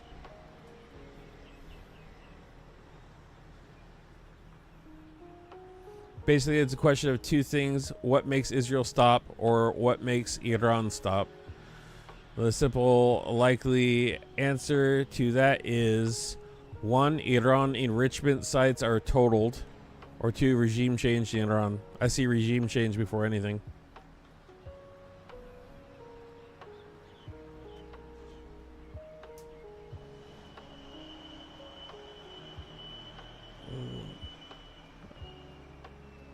I hear high, like, whistles in the background.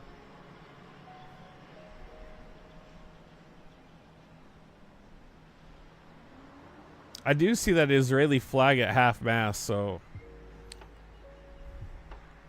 I don't think anybody but the government, the people in charge, want this to happen, honestly.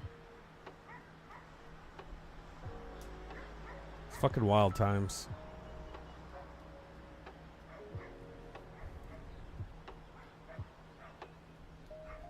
Yeah, the 27th is the 1 year for Pete. I'm aware of that.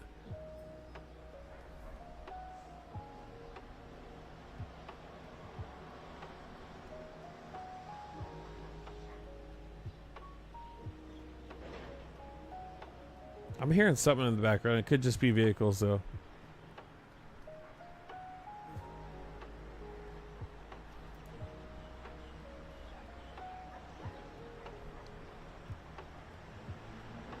Let's do everything we can, guys, to make sure that the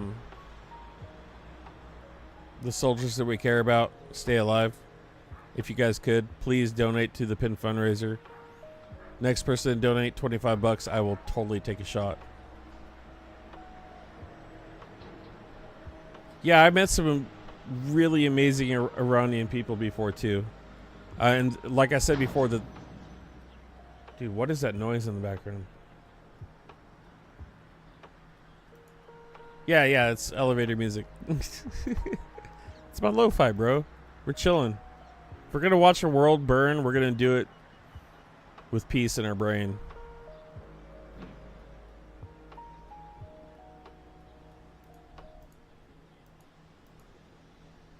Yeah, I'll turn it down.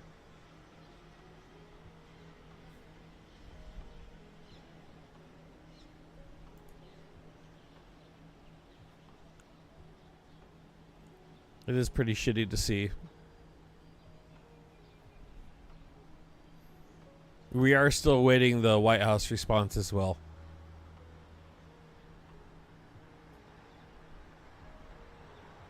I would expect that would be early morning.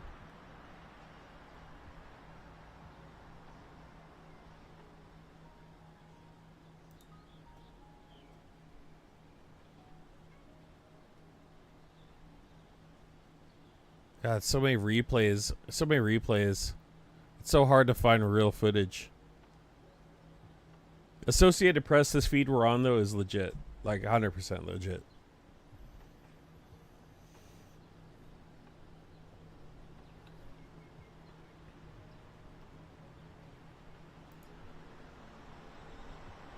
You're ashamed to be an American? It's a tough time, man. Tough time. I never thought we'd be in a transactional society to where the only thing that matters is what are you going to do for me? Sucks.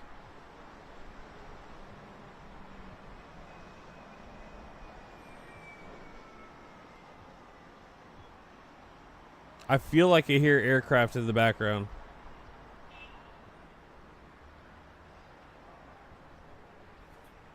Inquisix.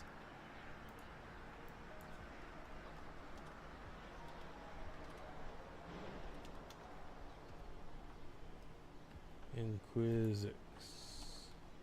Spelled that wrong, didn't I? Okay. We can do that.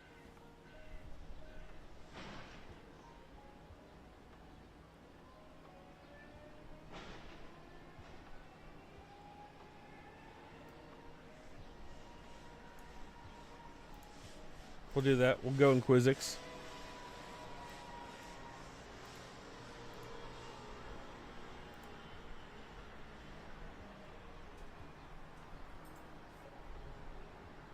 Guys, hit the like and subscribe if you can. I'm not willing to change the name of the stream yet because I don't want to sensationalize this unless something really pops off.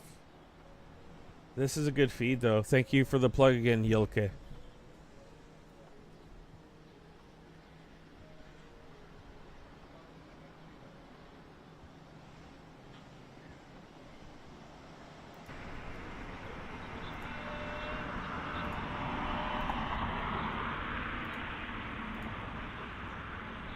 Alright, so we got Tel Aviv. Looks like it got lit up pretty good.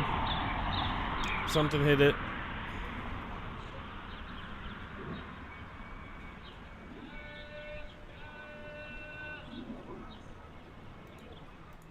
Sounds like a prayer in the background.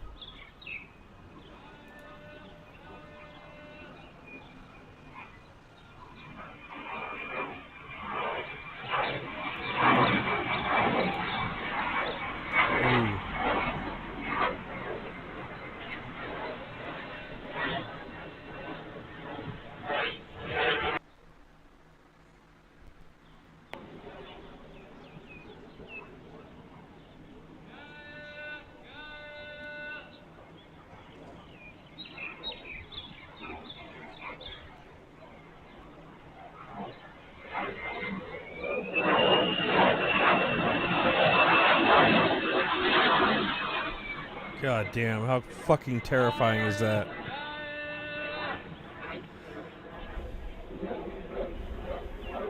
God, what a feeling.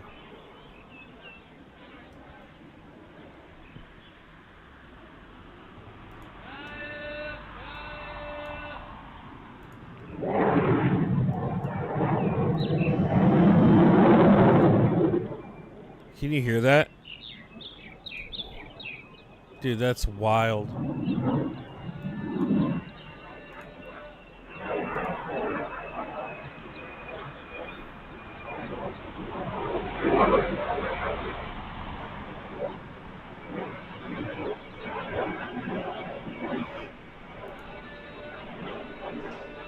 Yeah, those are jets. That's insane.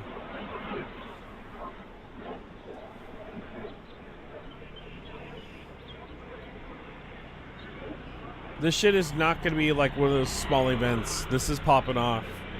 After the strike they had on Iran.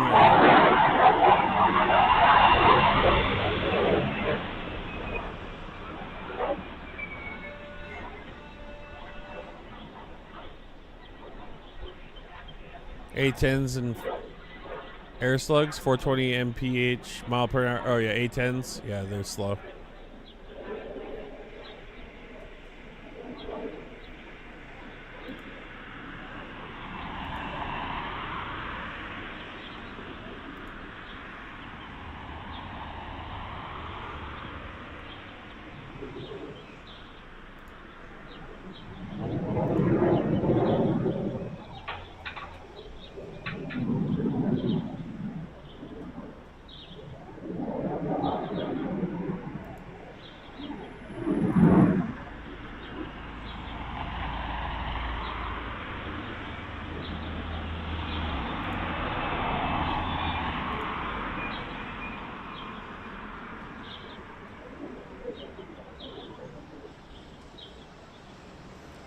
So we got Tel Aviv. At least one spot in Tel Aviv is on fire.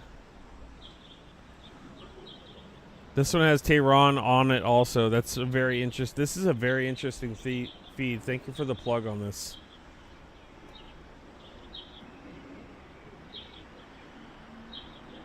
Inquisix.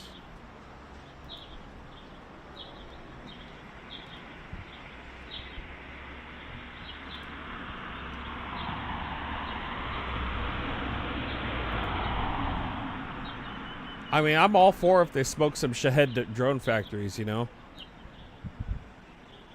For obvious reasons. 90 million people in Iran. It's huge. It's like, what, 2 3/4 the size of Afghanistan? The country's gigantic. If they have a higher GDP, like, it's a serious threat. Like, it's not, and not only a threat, it's just a large country.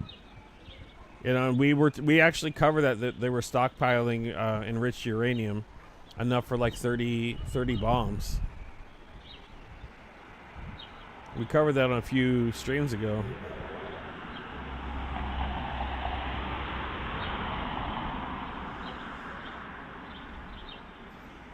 I don't have an opinion yet, other than I wish they would quit supplying drones to Russia to kill Ukrainians.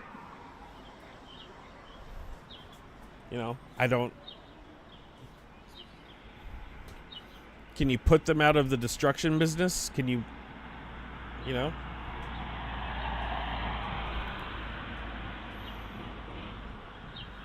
Regime change? Best case scenario? Minimal civilian casualties? No more shaheeds to Russia?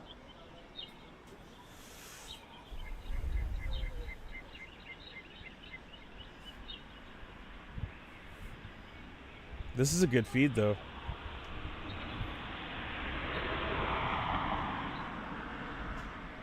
Ukraine is 2.7 times smaller than Iran.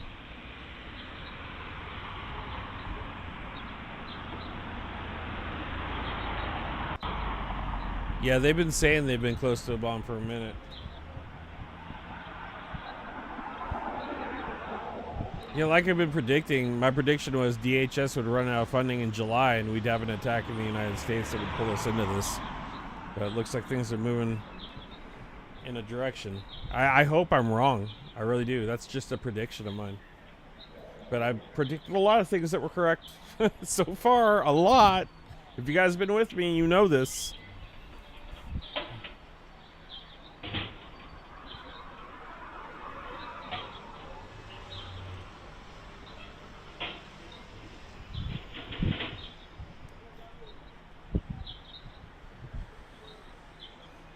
Do you think those jets are taking off for a counterstrike right now, or are they just doing active patrol?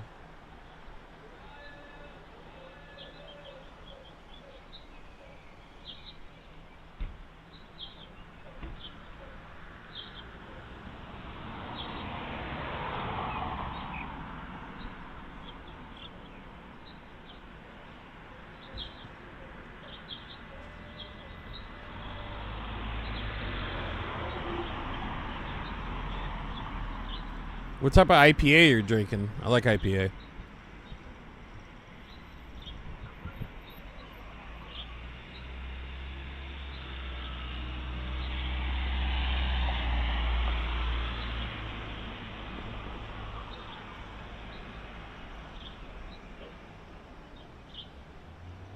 You don't think Israel should have been the ones to do the strikes first?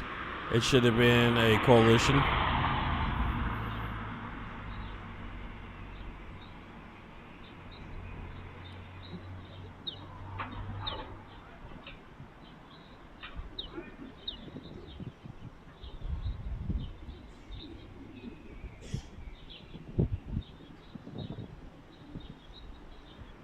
Hey, Numpty.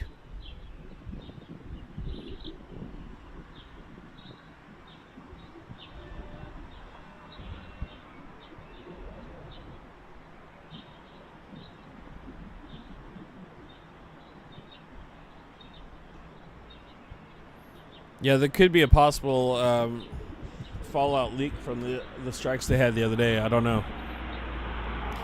I know Nick from InTime was reporting that unconfirmed there might be a radiation sniffer headed that direction, but who knows?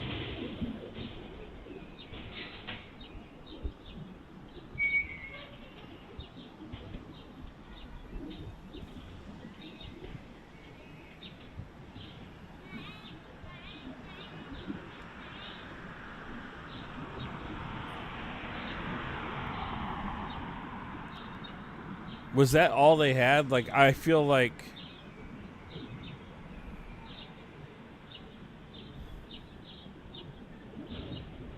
I don't know how missile strikes work. Does it happen all at once? Are they waiting? Do they wait? Does more come?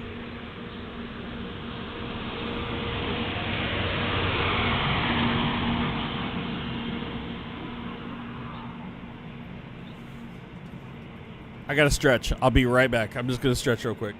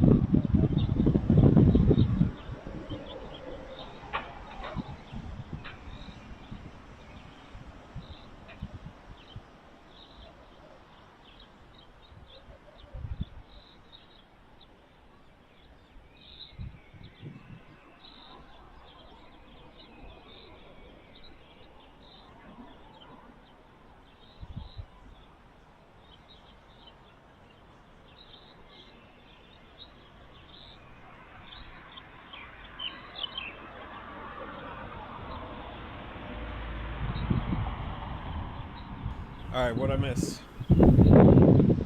Whoa. What'd I miss? The new chair, it's okay.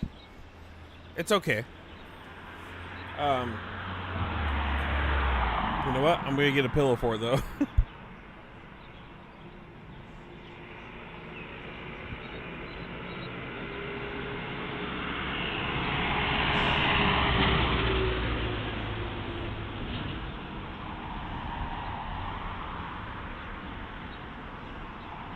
I knew it wasn't my best option, but it was an option, and yeah. There we go.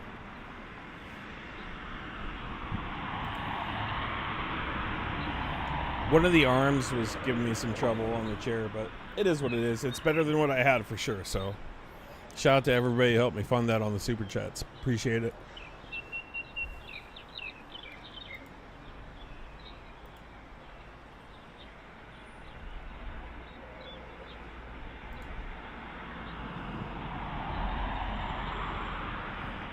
AP saying Trump is leaning towards involving U.S. troops. I know he is. So I don't think he can do military actions, but he can't declare war without Congress. So I don't know where this is going to go yet. Like I've been saying, I feel like we're going to be attacked in the United States, and that'll be enough for him to do whatever he wants at that point. And there's enough goons out there that they won't even question it.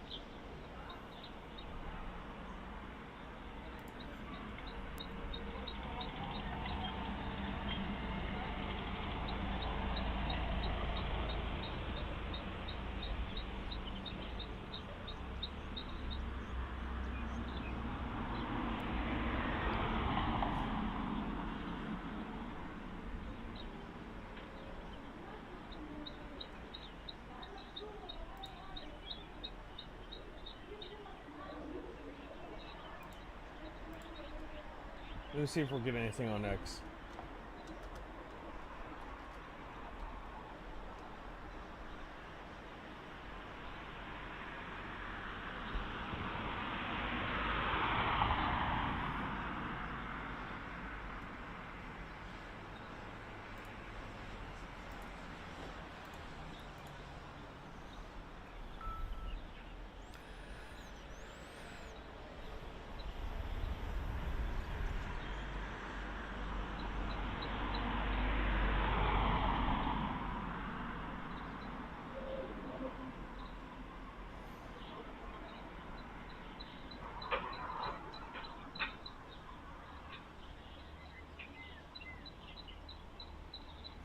So yeah, there's a lot of people like going on X that are, especially women, that are writing letters and saying thank you to Israel because they've lived under a corrupt Islamic ideology.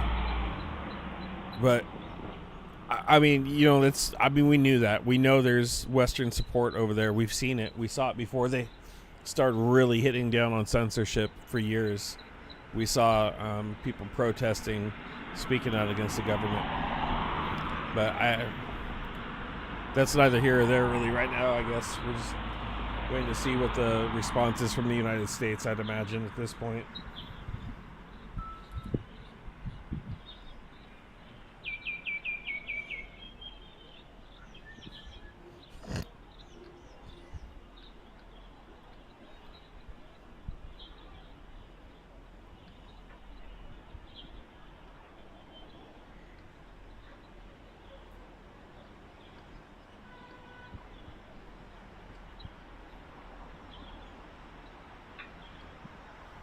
Let's see what else I got in the background here. It does look like the smoke's getting less. I don't see additional attacks coming.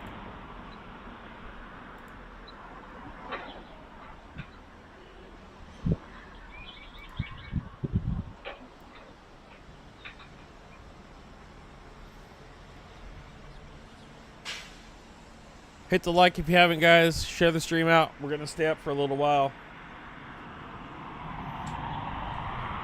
Now accepting $25 donations to the fundraiser, and I will take additional shots of alcohol.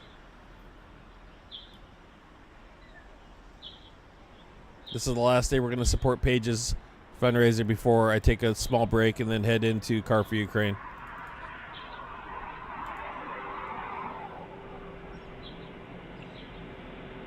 Yeah, no wars under Trump, my ass. What a joke.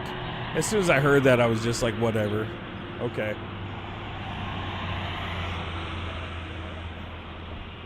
I want to be a peacekeeper.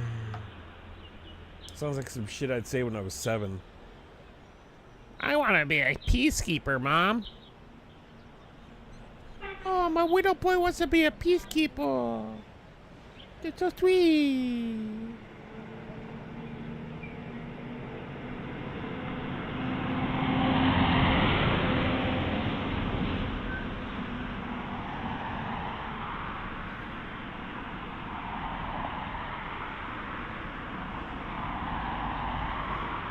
What's it going to take for me to take another shot here, guys? Who's going to donate $25 to the cause?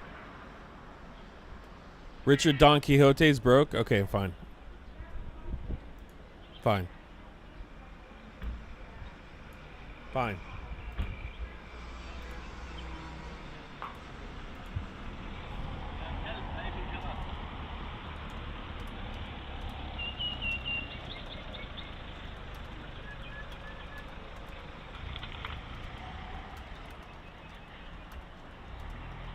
I'll contribute to my own misbehavior.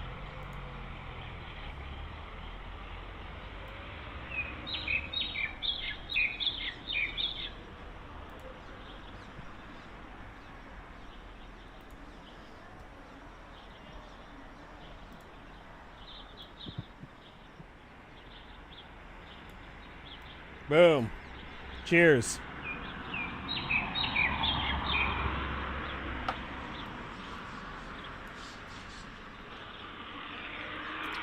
Oof. If you guys aren't going to help, I'll do it myself. No worries, guys. If you don't have it, you don't have it. Canty, when are we going to start the C4U fundraiser? Oof. I think like, what, a week and a half? We're going in it together, aren't we?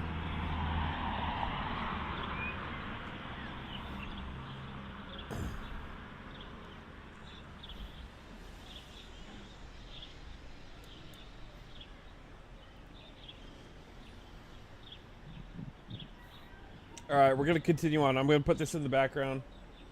Guys, if you could, if you are looking in the background, kind of eye hustle it for me. Let me know if anything's going on. I feel confident I can close this one right here and keep this one open for sure. But I think that was an isolated incident. It is not worth changing the stream at this point. But Tel Aviv was definitely struck. I'm sure there will be something to happen really soon here as far as a counterattack to that. Oh, you have been asking me? I don't know. Let's talk tomorrow off stream and we'll figure it out. I want at least a week to just chill. And then we'll figure out. We'll go hard. Okay, protest in Carlsbad. We saw that.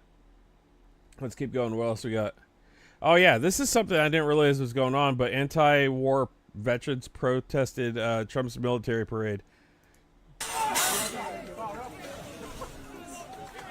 Oh, no.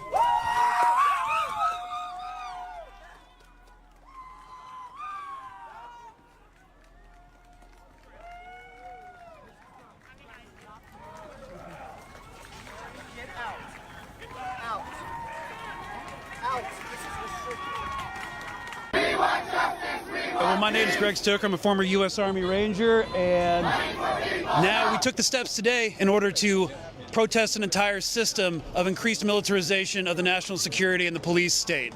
We've got ICE raid happening unchecked, extrajudicially, a Marine infantry battalion sent in to police its own people.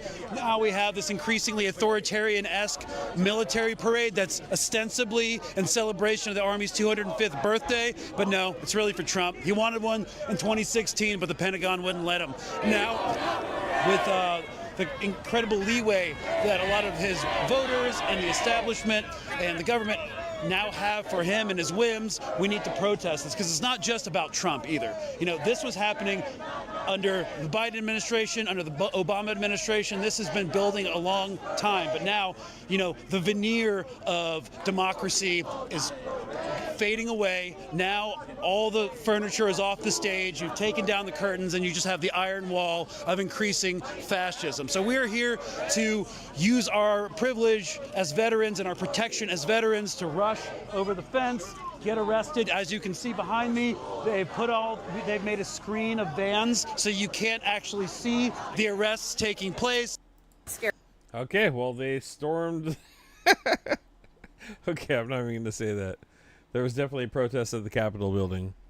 Canty, airport, I got 15 days. I don't have to explain my... Oh, yeah. No, you don't. But my cognitive abilities are fading, so I really don't make sense of that right now. And Bell just sent a $25 donation to the fundraiser! Less cognitive abilities tonight, guys. At this point, I am not thinking straight anymore, and I will not make sense of your chats to 100%. So, thank you, Bell. Appreciate it. It's going to a good cause. Oh my God, it's midnight and I'm getting trashed. Continue. Please brace yourselves for this. I am at the No Kings protest in Omaha, Nebraska. It's actually in Council Bluffs, and the violence has broken out. I will show you now.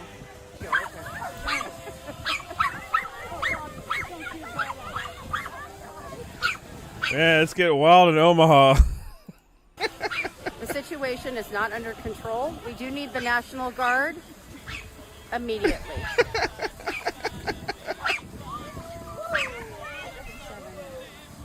Oh my God, bro. LOL. Think no kids for work for 2 weeks. Oh, okay. So we're talking 15 days. We're gonna start this.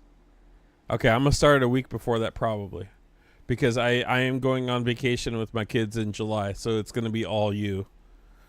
I know that was the smallest little. What's the cat barking at? That's terrible. Okay, that made a little more sense, Canty, but just remember that I am inebriated, so we'll figure it out. At least it isn't mezcal. Oh God. I'm not trying to barf on stream. Jeez Louise. Massive crowd of people is coming down what used to be Black Lives Matter Plaza, heading towards the White House. I see signage already. No military might, no kings. As you can see, this crowd just showed up. They're right by the White House. If you look over here, that is the fence right there is literally the White House. So we're right in front of... This is Jolly Good Ginger. I'm falling in love with this dude. He's pretty badass. The White House, in front of what used to be Black Lives Matter Plaza, and this giant crowd come through. Let's ask some people what we're doing here. What's the message? Oh, freedom. I mean, we're screwed with, like, Trump not following the Constitution. As you can see, let's get a good shot of the crowd. It's a pretty big crowd, pretty good sized crowd. We're right here in downtown D.C. Pro-Army, anti-Trump. Sir, are you a veteran? I am not, but I support the troops. Veterans, okay. And what are your thoughts? What's the message here? The message here is to fight back and stand up. What's the message, sir? Donald, here we are. What does that mean, 86-47? 86 is... Canty Luden says, pick a booze and send me a link. Let's black out for the next 2 weeks for C4U. C4U trucks in the chat, guys.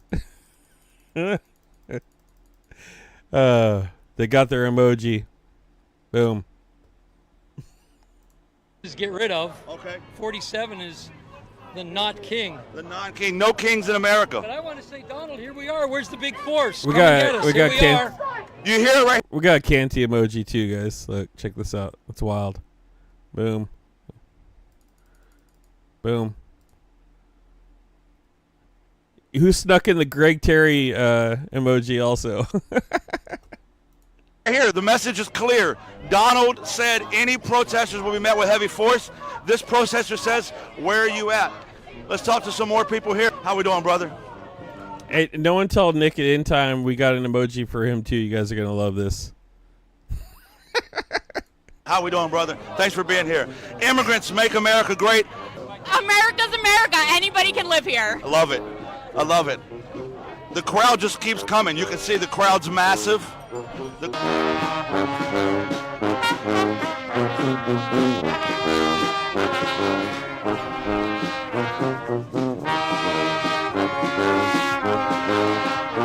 How are you? How are you? How are you doing? Thank you. We were looking for you. So we're talking. So what's your message here with this march? Oh man, we're just glad that we came down. We live here. This is our city. Everybody was saying not to come down here, but we live here. This is our town. Where else are we going to be? What's your message? The message is the people have the fucking power. Don't forget it. Like, we cannot be kowtowed by Trump's bullshit and threats. We're here to demonstrate otherwise. I love it. Are you worried about being met with heavy force? No, we're the heavy force. I love that America too. That America is amazing. Absolutely. That the feeling to going with those protests is just absolutely phenomenal. It's empowering. It's like church. And then we have this. You watch out. That was necessary. It was not necessary. It was not necessary. That dude threw a flashbang in spite. He's probably told when we start moving flashbang. But come on, dude. Come on. Wild, bro. Wild. I think that's everything as far as the protests go. We could probably get into political clips.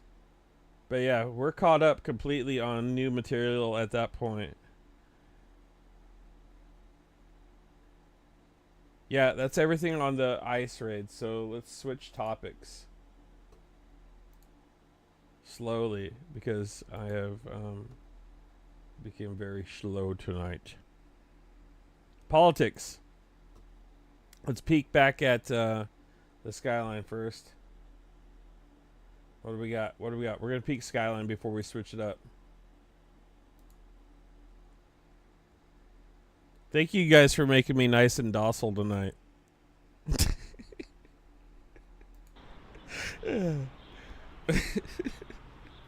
Cheers.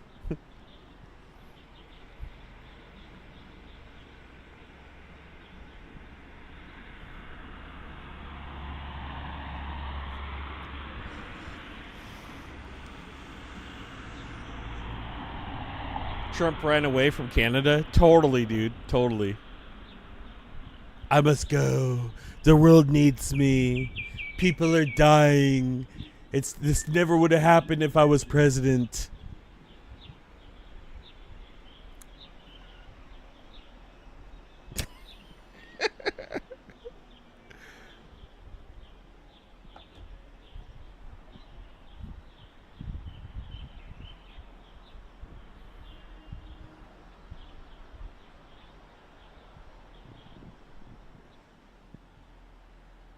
Docile is 90% the way to fossil.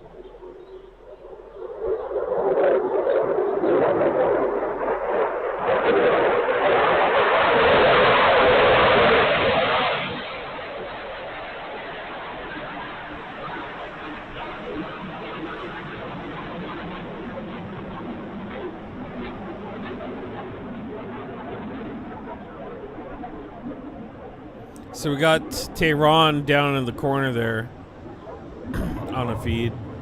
9 and 10 are Tehran. The rest looks like Israel.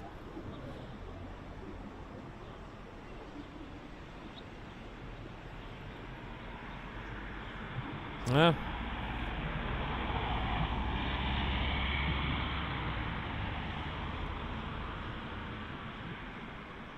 Yeah, it looks about the same. Still smoke coming.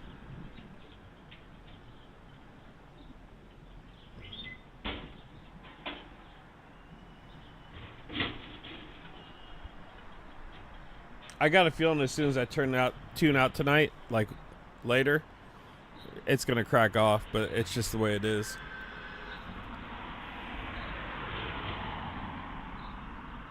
Whose oil are they burning? Who knows?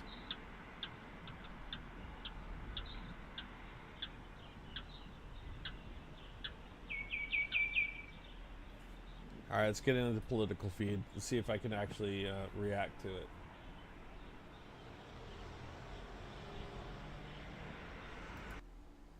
All right, new column, new section. Let's go. Politics. Oh yeah, this is important. This is actually pertaining to what we're watching here. Did I break it? No, I didn't break it. Okay. So this is escalating quickly. The New York Times is now reporting that Trump is deciding whether or not to have American B-2 bombers destroy Iran's most secure nuclear facility, known as Fordo. As the Times notes, if Trump decides to go ahead, the U.S. will become a direct participant in a new conflict in the Middle East, taking on Iran in exactly the kind of war that Trump has sworn to avoid. This news comes as we are learning that Trump has assembled the National Security Council in the Situation Room and is leaving the G7 summit early. This is a fast-moving situation and it seems like anything could happen. So spread the word and follow along for more updates. That's what we're waiting for. Now to breaking news from the G7 summit in Canada. President Trump is leaving the meeting a day early, heading back to D.C. tonight. Our senior political correspondent Rachel Scott joins us now from the site of the G7 there in Canada. Rachel, why is the president leaving?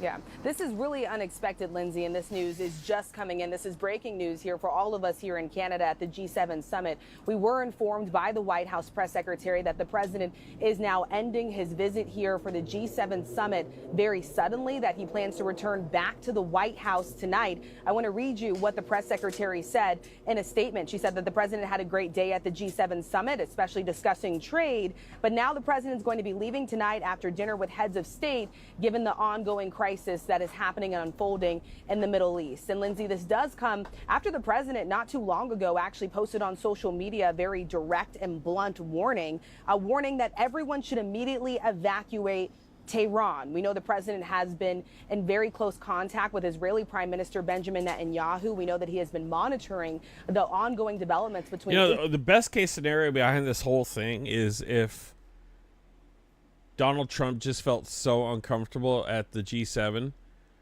that he made up a reason to leave. Like, he was just like, this is cringe. Everybody here hates my ass.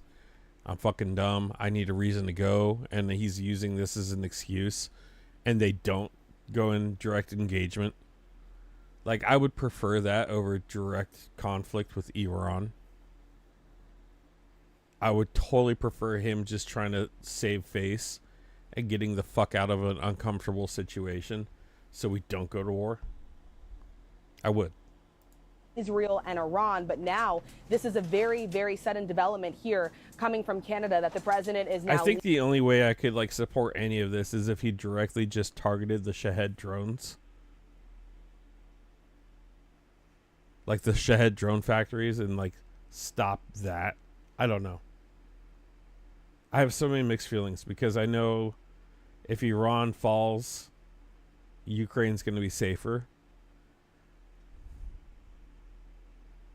So if I'm looking at it from that standpoint,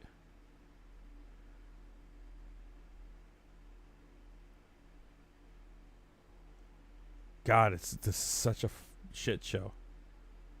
But I'm so passionate about the Ukrainian people and them defeating Russia that man, I don't even, it just sounds so dirty of me to say my opinion right now, you know? He left early so he wouldn't have to see Zelensky, maybe. Maybe. I want to see Ukraine win, I know that. I know the sacrifices I'm willing to make in my personal life. It's a tough situation. This isn't, the Middle East is not black and white like Russia versus Ukraine. It's gray. There's so many gray areas involved into it. But the whole way this is cracking off here, it doesn't set right with me.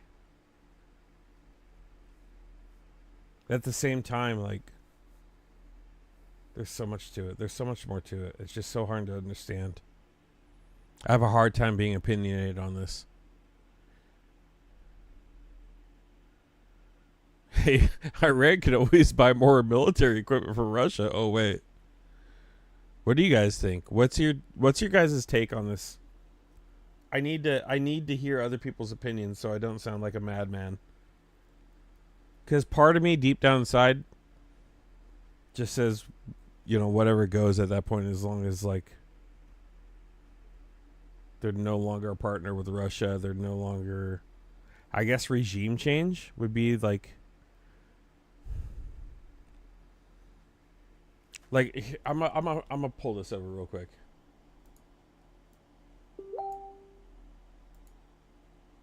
The hell was that? What was that noise? That was new. What was that? What was that noise?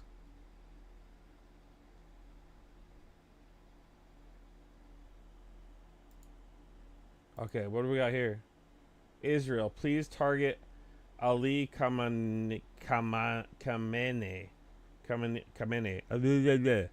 Israel, please target Ali Khamenei, Mojtaba Khamenei, and the Islamic Republic's IRIB state broadcasters.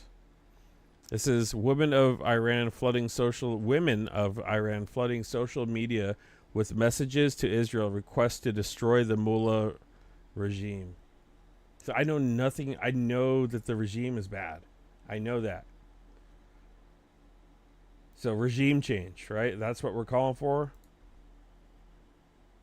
I mean, I feel like that would be the best scenario for the people of Iran, and also for Ukraine. So I guess that's the stance I'm taking. Here's another one right here from Goldie Gamari. Long live the Shah King Reza Pahlavi. I'm Iranian from inside Iran.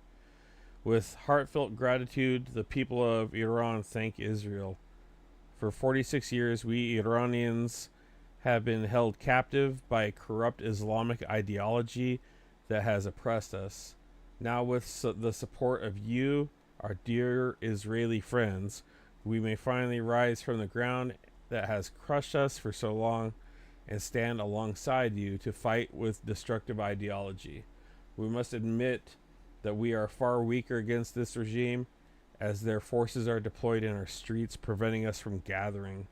We are ashamed that our country, Iran, is no longer in the hands of Iranians and has caused insecurity for you, our long-standing friends. Yet we firmly believe that light will triumph over darkness. May God protect you and all the people of the world. That gave me goosebumps. Damn, bro. See, this shit's complicated. It's not just, this isn't, it's got to be regime change. I don't see,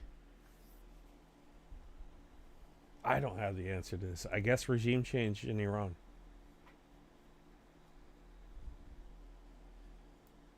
I don't live there. I don't know. I know they're being oppressed. I know that. There's no doubt. From what I've seen, I know they are. Leaving the G7 summit early and now returning back to the White House. I am also told, Lindsay, that we just got this in from two sources. Air raid alarm. Jess Hart, air raid. Hi, Jess Hart. Air raid alarm where?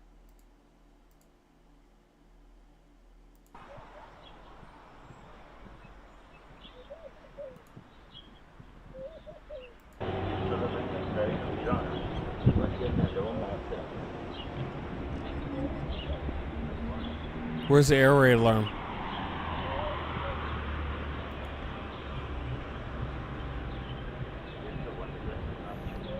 Masa Amini, I need to learn all this shit. I'm so far behind on this. Remember the uprising of the women in Iran a few years ago? Yes, I do. I do remember that. Masa Amini.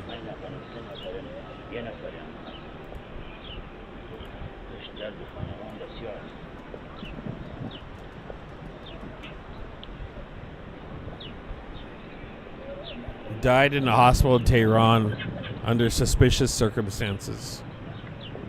22-year-old Kurdish Iranian woman.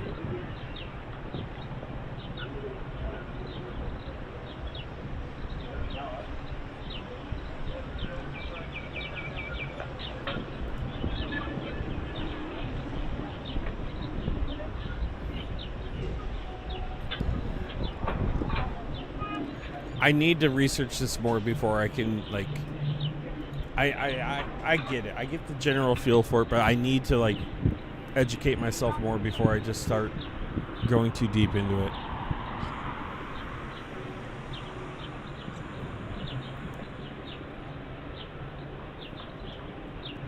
Yeah, Michael Cleric, I kind of agree with you there. Both Iran and Israel have their both kind of fascists in charge.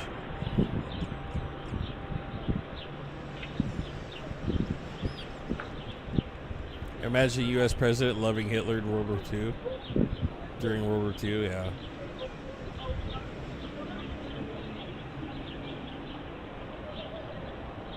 Yeah, I kind of feel like that's cringe.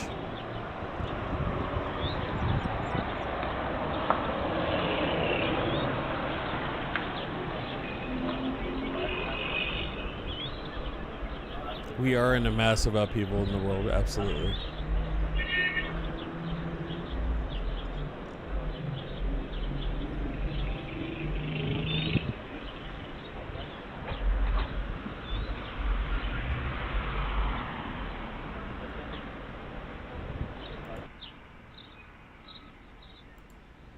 Alright, well, I got the feeds going. Looks like the smoke's actually going out in Tel Aviv. So, no double tap. Looks like that was an isolated incident. Let's continue on. Is now that the president has also instructed his national security team to be there in the Situation Room as the president returned back to the White House this evening. Lindsay. And Rachel, what was on the docket for tomorrow that he's now missing?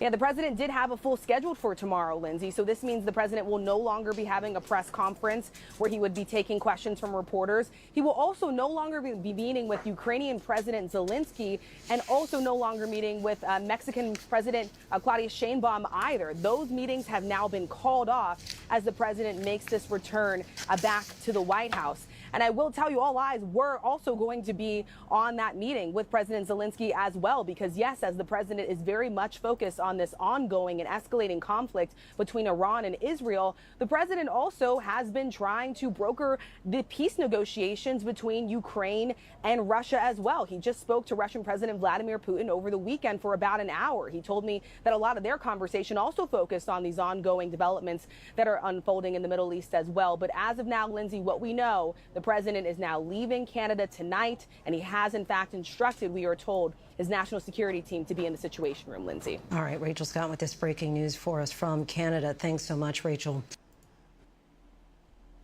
This is embarrassing. Okay. I was reading chat and looking for it. I'll upload. Okay, David, and I was looking for it. Put it in other world news when you do upload that video, please.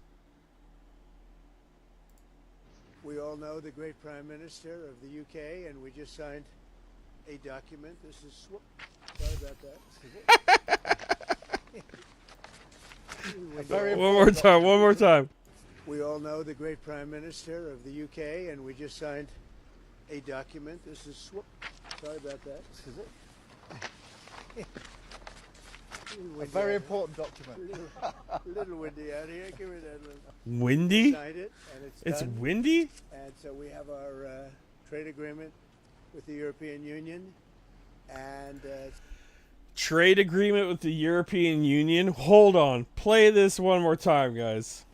We all know the great Prime Minister of the UK, and we just signed a document. This is... Sorry about that.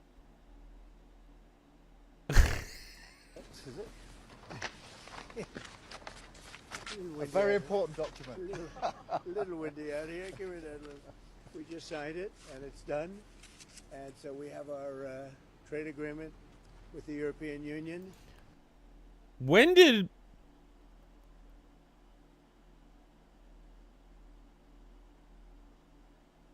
Okay, that's what I thought. All of a sudden, the UK is the EU? The fuck did I miss? I know I've been drinking tonight. Did I miss something?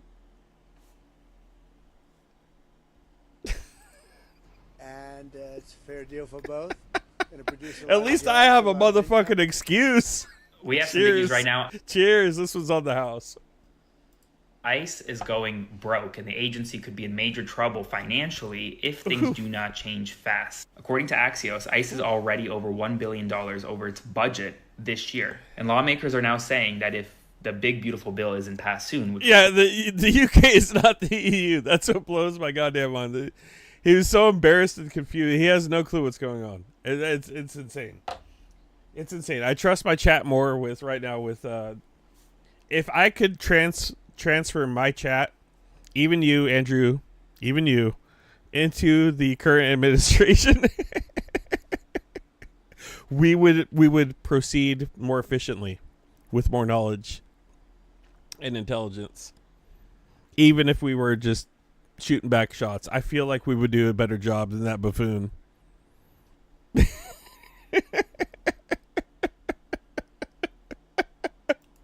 provide an additional $75 billion to ICE, then the agency could run out of money. Chris Murphy, Democratic senator, says ICE is spending money like a drunken sailor. And it's kind of true. The reason why ICE is running out of money is because it is ramping up mass deportation efforts to levels that we really have not seen before. He blamed the wind. He totally blamed the wind. Man, that must be one hell of a fucking toupee. Put you in, coach. You're in. You're in, Andrew. You're going to be the press secretary. Okay? But only after me and you go shot for Car for Ukraine.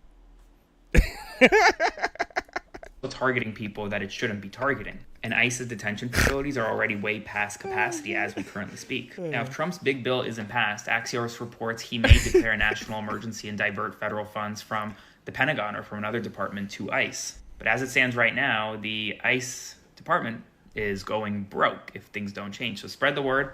I'll do a full breakdown on my Substack, linked in bio, so subscribe for free. And as always, follow along, stay up to date on all that the shit is not a comb over. That is like that is like 100% like titanium hair. It can't even be like a polysynthetic. That shit doesn't move. That's like some Elon Musk style space rocket ship hair.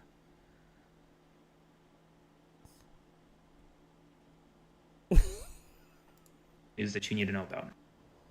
The capitalist peaks Okay, this is wild right here. Check this out.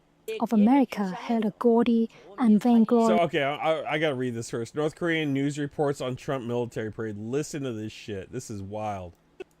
The capitalist peaks of America held a gaudy and vainglorious display of their dwindling military might this past weekend. The U.S. have not won a war since the USSR defeated Germany in 1945, and the U.S. celebrated this fact by shining all their best tanks and guns.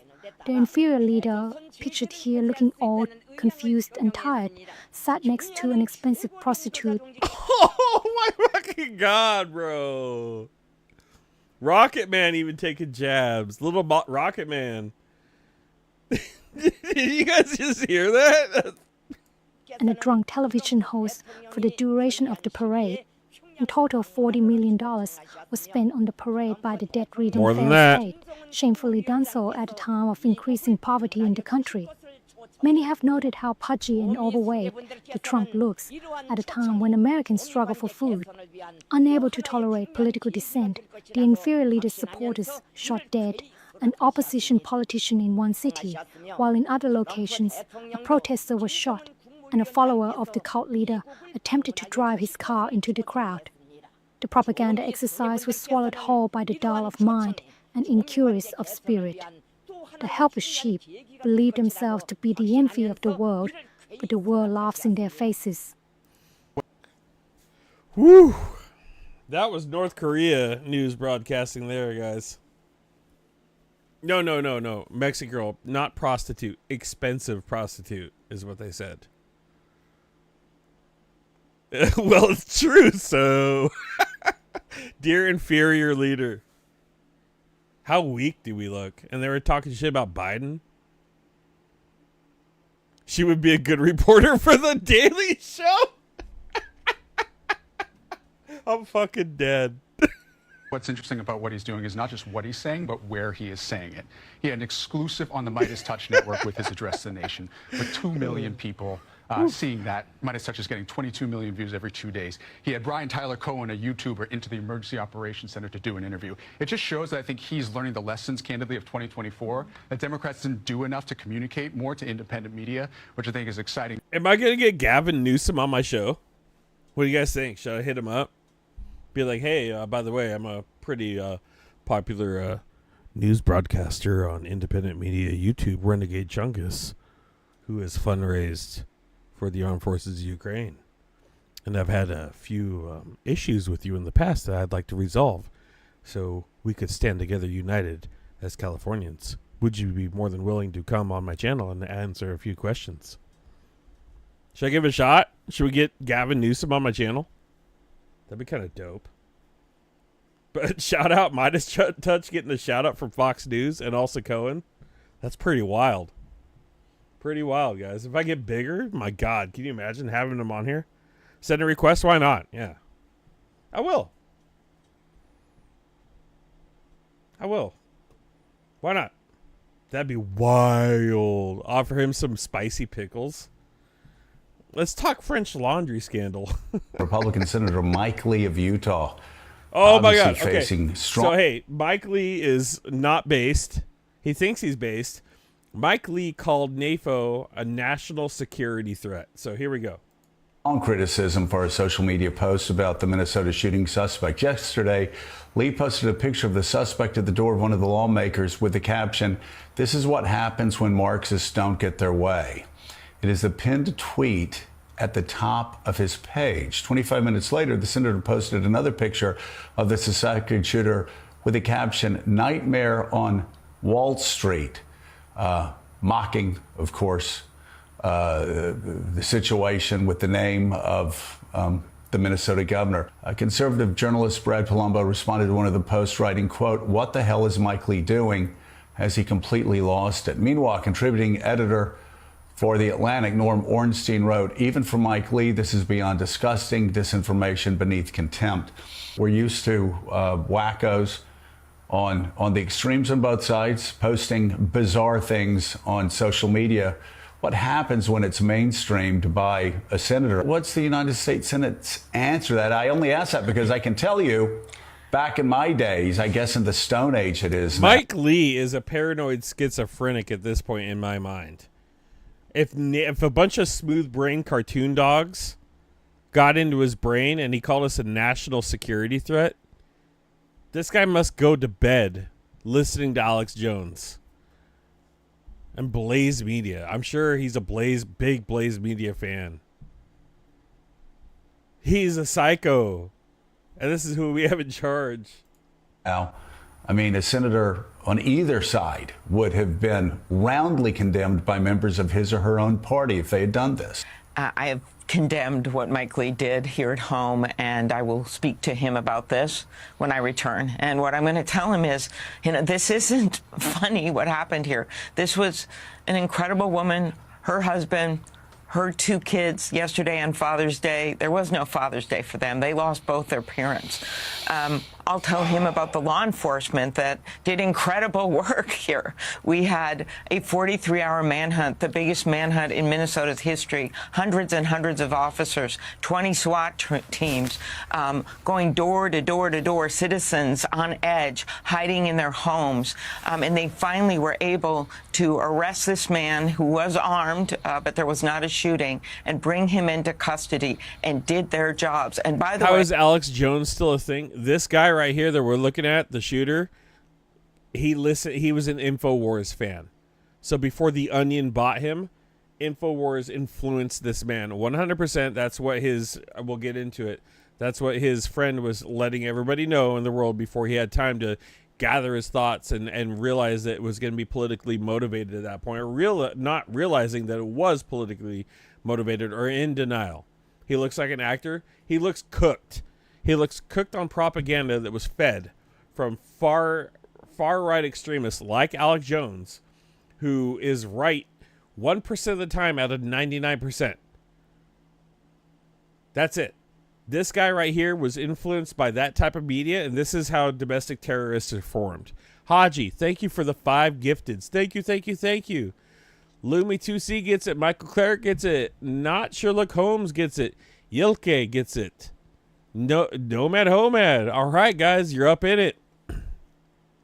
Thank you so much for supporting this channel. I love you guys to death for it. Even though some of you are trying to pick up my liver tonight, and I might be contributing to that as well. Thank you very much. Yeah, so this guy was a big Alex Jones fan.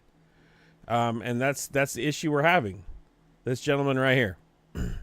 Listening to Alex Jones, all his brain rot and misinformation, and this is how it tickles their ears, it manipulates, it changes their whole being.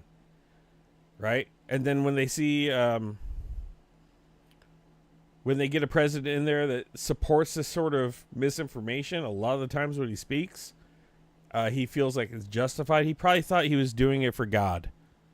Totally. This guy was a ticking time bomb a long time ago, and he finally just somehow probably had a prayer and said God told him to do it. Who knows? But he's alive. He's captured. Can't wait to see how this turns out. If the police had not on their own decided to go over to Representative Hortman's home without a call because of what they noticed, of course, had happened, the tragedy at Senator Hoffman's house, they thought, well, maybe we should check this out. Well, they weren't able to prevent the deaths. They were able to identify the suspect because he ran out and his car was left there.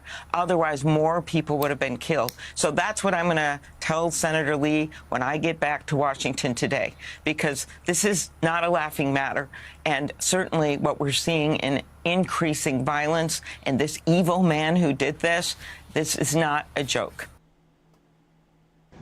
Okay, so here is he was a roommate of the Minnesota shooter, so he's gonna hit us with some pearls behind who he was. Shortly. So I just want to let you know that I love you guys both. And I wish it hadn't gone this way. I don't want to say anything more and implicate you in any way, because you guys don't know anything about this. But I love you guys, and I'm sorry for all the trouble this has caused. Bro, I feel like you could have got out of your Papa John shirt before taking this press interview. I'm just saying. I know you're under distress, but I'm not going to go out there in my work shirt.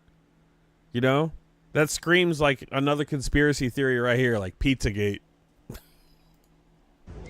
I mean, he was a loving, caring guy, you know, loved his family, loved his friends, and loved God, and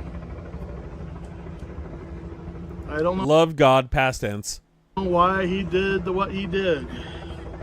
It's just, it's not fans. No one will believe this. No one that grew up. He had lots of friends, trust me. I wish I could have been there to stop him. In the United States, the arrest and deportation of large numbers of non-nationals, including to third countries. Okay, yeah, loving, caring guy. We'll go farther in. We're gonna skip this and we'll go back to Reuters, but we're gonna listen more of him. Can you talk about his politics a little bit? I know that you had some discussions. I just wanted to talk about it. Well, everyone's calling him a Democrat. He's not a Democrat. He would be offended if people called him a Democrat. So, but let's play that again real quick. Let's play that one more time. His politics a little bit. I know that you had some discussions. I just wanted to talk about it. Well, everyone's calling him a Democrat. He's not a Democrat. He would be offended if people called him a Democrat. So. You'd be offended, you know, those Dems, peaceful and shit. But he, because of this board thing he was on for Governor Walz, it wasn't to serve. He was just serving the community. But he, you know, I can't believe a political issue would cause him to do such things. Did he ever bring up the senator or the representative who were targeted? Like I was saying, no, he never talked about that. I didn't know those people. I didn't recognize their names. Any politicians he mentioned? Well, gee, he mentioned Nancy Pelosi. He didn't like Jim Walz. He didn't like Tim Walz. Tim Walz? Didn't like Jim Biden. But Tim Walz? What would you say about him? Well, I mean, nothing. I mean, it's just normal. Well, I don't like this that Tim Walz did this. I don't like that he did that. Did he mention the protests that were planned for yesterday? He never mentioned the protests. What do you make of everything that's happened here and the fact Maybe that I mentioned it to him, but I don't think he mentioned anything about it. This dude is covering his own ass. He knew a lot more behind what he is telling right now. 100%. What would you tell him? I would tell him to surrender himself so he can be taken alive, because he's like my best friend, so I don't want him to be killed. I don't want him to kill anyone else, you know.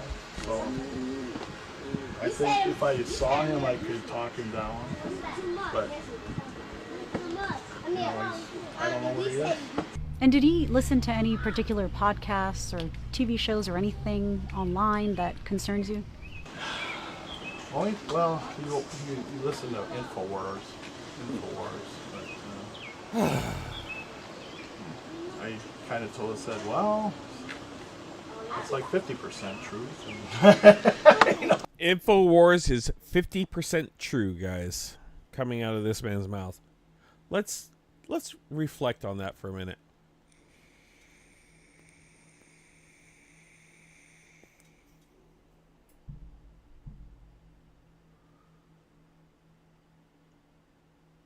%50 true. 50% true. Is there a such thing as a 50% truth? Holy shit. At least he changed his shirt. I'm dead. I kind of said, don't take everything what they say for granted. I wasn't a real truthful. I mean, they're on for some things, but some things are way off. Did he talk much about Trump, and what did he say if so? I was a Trump supporter. Voted for Trump. You like Trump? I like Trump. Well, he's a Trump supporter. He liked Trump. I like Trump. We all like Trump. Everybody likes Trump, right? No, because he was on call. I'm not even going to invoke his name, Canty. For work, and you want... Oh, shit. Okay, so, yeah, we're going on to the next one. No, because he was on call for work, and he'd always say, yeah, I need rest for work, so I'm sharp. Yeah, you caught that, Lumi? Don't take what they say for granted. Yeah, that's implication into his madness. That was a Freudian slip for sure. I caught that too. I wasn't going to say nothing, but yes. He was extracting eyeballs, so gotta be sharp for that. I remember him walking out of the house, or hearing him walking out or anything like that. Nope. Was it unusual for him to go to bed at 7 p.m.? I mean, when you say... Well, it depends on the shift, no, because he is working all kinds of hours. Didn't seem odd, no. Did he give you any emotional message, said that he loves you, besides the text messages or something like that that seemed off? Well, he said that he made some choices, and he said, you guys don't know anything about it, but,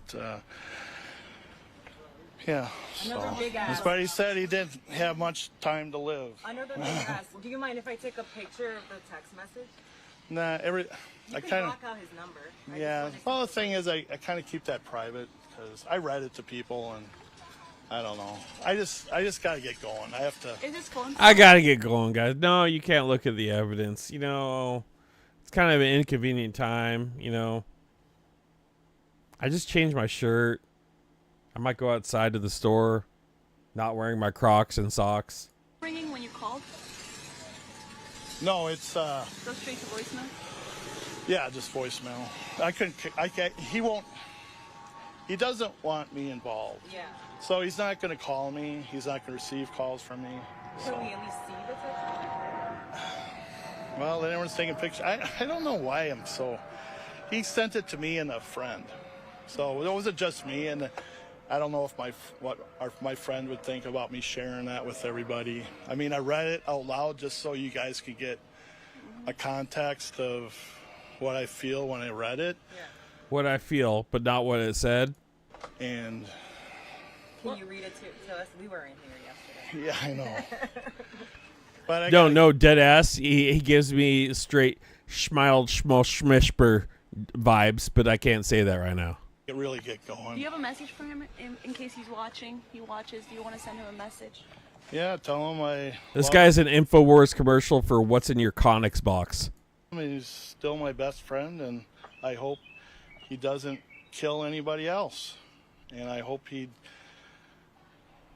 surrenders himself for the sake of his family. You must be disappointed. Well, yeah, but I don't want to see him killed, and I'll still visit him in prison, I guess. That's what else are you gonna do? But I just don't want him to give up on life or kill himself. Are you concerned he may have already done that? Sure. You said that he said in recent days he made choices that you don't know about. Tell us about those conversations, please. Those weren't. That was a text. Yeah. So he didn't do anything in your interactions with him in the days before this happened that made you wonder? No, that made me call the police. The text did. Yeah. But any conversations you had in the last few days prior to this, nothing seems... Well, like we said, we had our separate lives. I worked and he worked, and he was here, and sometimes he'd go down and we'd hang out, but we would never, sometimes politics would be on the TV, but he was never really anything that was in-depth conversation about, just comments, And just for the record, your name is David Crossing? Yeah, with a C. With a C. This is Minnesota, and you guys don't know Carlson? Wow, dude. He's already suspicious of the people talking to him. Carlson. Carlson. Oh, and I bet that is like why you're appointed by God to be the man's disciple, to be the one to burn his browser history. Norwegian, Swedish, yeah. But, yeah. Thank you. I don't want to take more of your time, so thank you so much. No problem. Thanks for entertaining. I just want you guys to just not say crazy right-winger gone nuts, and I just don't want you guys to say crazy right-winger gone nuts, because that's what happened. And, he was more than that. He was kind of a lunatic, too. But, we talked a lot about conspiracy theories until it came to the point to where manipulated his brain structure deep inside. But, that's not what happened. He just... and, that was all he is, it just bothers me. That's his legacy. But I knew him all my life. You knew him all your life. You knew that was going to be his legacy. You didn't think he would act, but you feeled it, right? Right? And deep inside, you probably agree with it, and you feel like that was just one step. He didn't complete his final mission, probably. That's just my opinion. My life. He wasn't that guy, You're gonna kill me. Alex. Bro, I put on a better show when I, looked like I was sad when I was getting divorced. Seriously, that was fucking pathetic. That was really bad. I don't believe a word that man says. I think he was feeding the disease. They probably fed each other.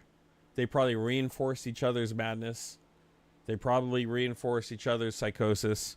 And that's probably how they became such good friends. Because they both agreed into this madness they dove into, to where finally one took action. A life stressor happened, and it made him snap. That is my opinion. But that did not look genuine at all. It looked absolutely terrible. And there's more to it. And him putting on that fake ass show, bro, come on. Come on. I read people for a living. That was not genuine, in my opinion.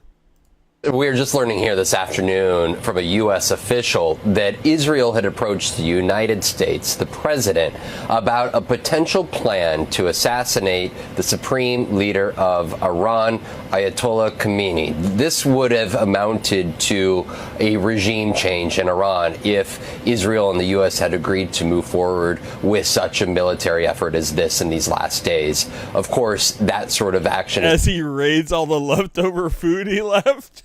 Finally, I get that motherfucker's Philly cheesesteak Hot Pockets. It's not been executed upon here at this time, but this comes 3 days now after those... Michael Cleric, I could be reading too much. Maybe he is truly and sincerely upset. But if he's best friends with him from high school, tell me they don't share the same belief structure, right? I can tell you how many best friends I have from high school. We don't share the same belief structure anymore. And my own family, after this MAGA shit, my own brother, we don't share the same belief structure. And believe me, we're not close. Initial airstrikes were launched in a surprise attack on Iran, and since there have been retaliatory airstrikes going between the two countries here. I think the guy is saving face. I feel like he's saving face to make it look like he was sincere, he cared, and he didn't feed into whatever the propaganda, misinformation that they were feeding each other was. I think they may have encouraged each other, but he probably didn't realize it was going to be something that was tangible. More like something fun that they were, you know how people will they'll turn away from the truth to anything that tickles their ears. I feel that whatever they were watching on whatever fake news, they were obviously watching like Alex Jones. They were probably both into it. One of them took action. The other one was like, oh, I can't believe you actually did something. And he's probably sincere that it went to that level. But that man knows more. Maybe I'm being too hard. I might be being too hard on the guy. But he's definitely not being truthful. He is definitely saving face. Well, for President Trump on his part here just a few hours ago in a social media post, he suggested that he's definitely hurt. I'm not denying the fact that he's hurt. But there's a lot of showmanship in there, too. And he's not good at it. Still believes that there could be a, quote, deal between Israel and Iran to bring an end to this war. At the same time, this White House has indicated repeatedly that they are in the position where they have made a case to Iran that they must halt all uranium enrichment and stop all efforts to build nuclear bomb capabilities. I want to let you listen to Bibi Netanyahu, the Israeli prime minister, in his first Anyways, I'm just going to say the fact that they were so deeply involved in misinformation and they got themselves sucked into it and they thought there would be no repercussions. There's liability there anyways. I'm not saying criminally liable, but there's still a sense of liability. If you are feeling a disease for somebody, it's like telling a schizophrenic, like engaging with a schizophrenic person and say, you know what, you're 100% right. Like Jesus was the turtle or whatever. But you're feeding that disease. You're not saying, hey, this is wrong.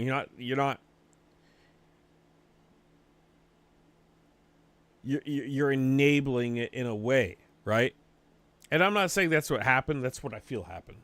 That's just my opinion. I feel like he may have been enabling the sickness to come to a boiling point to where eventually the guy snapped and he said, I need to take action. This is the time. And like I'm saying, when people get sucked into that and they're in this fantasy world, it doesn't take much a real life stressor for them to make a piss poor decision and say, this is what I'm going to do. Right? It doesn't take much to have a person flip. Like everybody, I'm a firm believer in this world that everybody is one neuron misfire away from making a piss poor life changing decision. And that goes for everybody. I feel like there's nobody out there that is safe from that sort of behavior if it's fed to them enough. It only takes one misfire of a neuron, one piss poor decision, whatever, for somebody to change their path completely. I've seen it happen. I've seen it happen to regular people where all of a sudden something happens. They have a mental breakdown and they're not the same person and they never will be. It's happened so much. I've seen it so much. I feel like they were feeding each other this shit, and one day the guy woke up and the guy he knew was taking action on the bullshit that they were eating. That's my opinion on it. Diverse interview on Fox since those initial airstrikes 3 nights ago, in which he was very specific in talking about the U.S.'s cooperation with Israel and why he decided to proceed with this attack before, if folks will recall, today was supposed to be the 6th round of talks between the U.S. and Iran on a potential nuclear agreement, but the Israelis went forward with their airstrike early nonetheless. Take a listen. I think we achieved a great surprise the other day when we started. We could wait and wait and wait. They'd string along the negotiations. We gave them a chance. I gave them a chance, but it was clear they were not serious about it. It became clear, I think, to the United States as well, because the president was very clear. He said, you can't have nuclear weapons. And in order not to have nuclear weapons, you can't enrich uranium. And they basically strung everybody along, and it was clear to us it was going nowhere. Alex, it's a serious question now, the extent to which the U.S. will militarily involve itself with Israel's future military plans.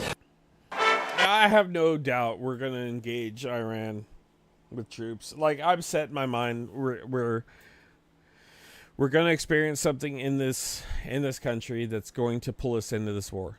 And I'm a firm believer it's going to be because we misallocated funds and DHS funds are gone and we're not paying attention to where we need to be. Whether that's by design or not, I don't know. I'm not going down a rabbit hole. I'm not going to Alex Jones you guys. But something is going to happen with Iran. I've been saying it. I said Iran would be attacked under the Trump administration sometime this year. I've said that in many streams in the past. And lo and behold, look what's about to happen. And I'm not a super smart guy, right? But I've been paying attention to this shit. And I came from the far right world, so I kind of I know what's going to motivate his fan base. And honestly, right now, I know we watched some footage on that earlier. If he were to go in and invade Iran, most of his base would be supportive of it. Most people would. Even certain aspects, like I was saying earlier, I would be supportive of, like ending the Shahed drone factories. So he's going to have some bipartisan love in this if he does go in. But I don't feel like we're in the position right now to win a war with Iran with troops on the ground. I think it would be 10 times what Afghanistan was to our men, especially in the condition that we are in with our military and the recruitment numbers and the current administration and the lack of leadership and the stigma right now. I feel like it would be a very, very bad thing. And I'm super concerned about jumping into a ground war with Iran at this time. I don't know. What do I know? I'm just a guy on the internet. Washington, D.C. was a sprawling stage yesterday for the U.S. Army's 250th birthday. At its center was the Commander-in-Chief, President Donald Trump, who marked his 79th birthday the same day. In recent months, Trump pushed to expand what was going to be a relatively low-key celebration into an extravaganza that could cost up to $45 million.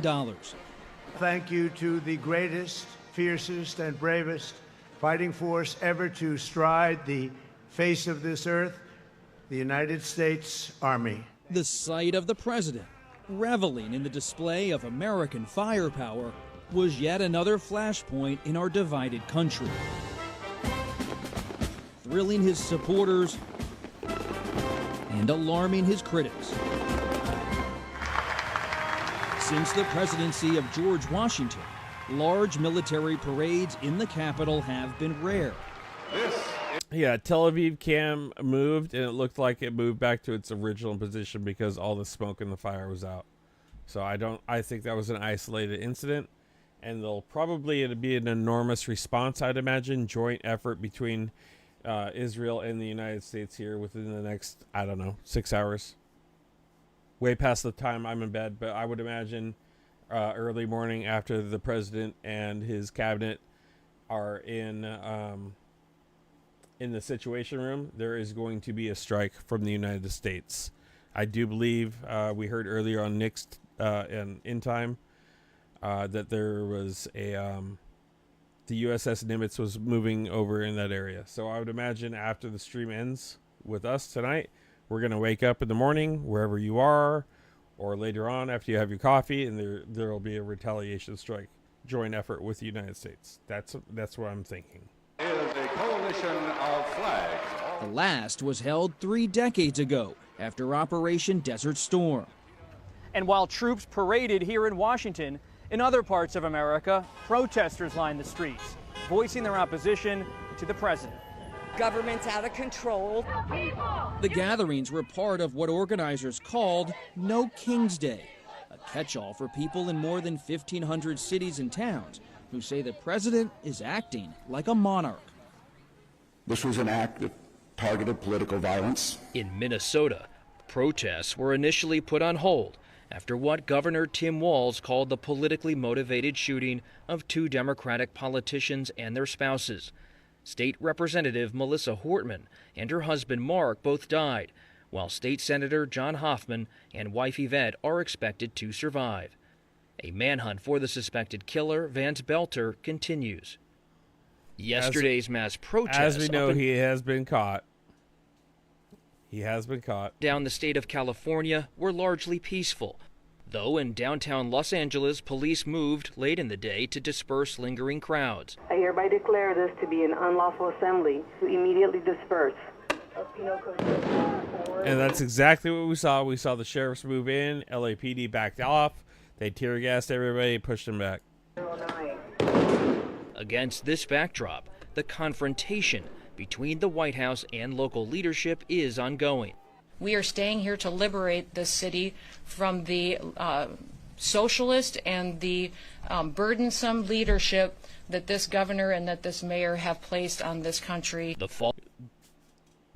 You mean the socialist government and leadership on California that also gave you $83 billion in tax surplus?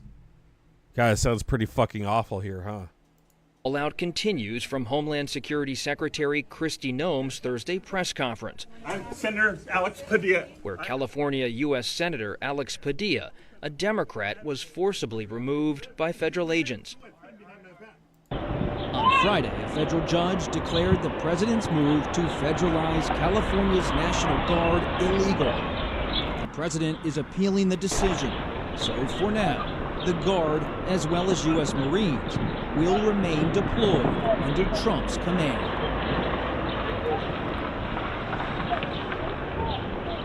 Yulke, where are we having the red alert? Just bleeped alert for unrecognized aircraft detected. Where?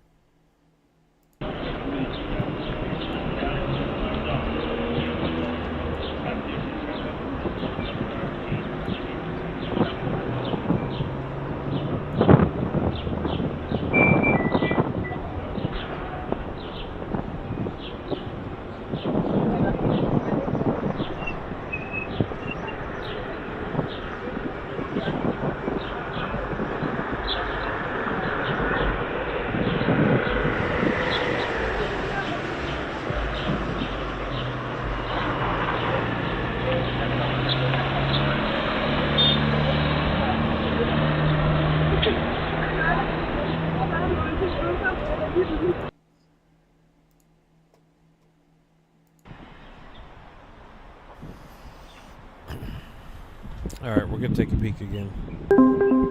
Unrecognized aircraft at Majal Shams Golan Hagalil Halayan. Fuck. Damn my tongue.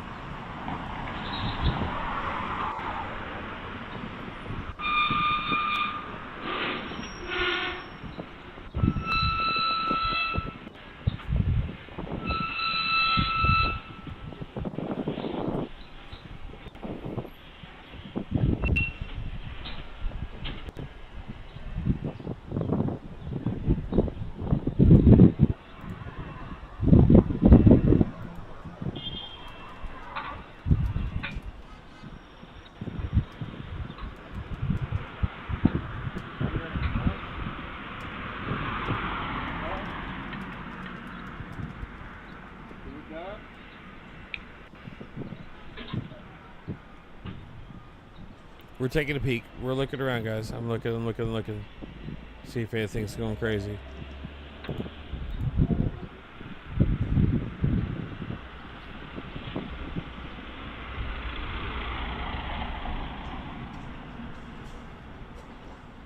Is Galanti, is that Iran or is that Israel? I don't know. I'm so confused.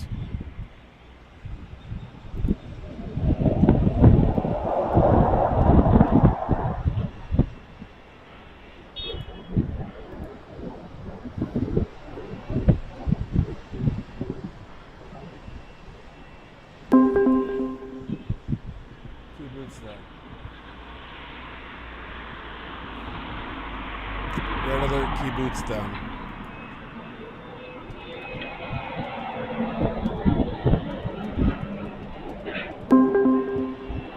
Unrecognized aircraft, Majal Shams Golan Hagalil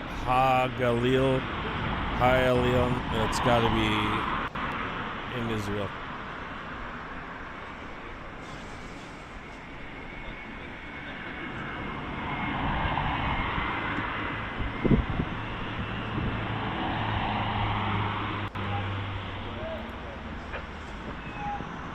Golan is Syria?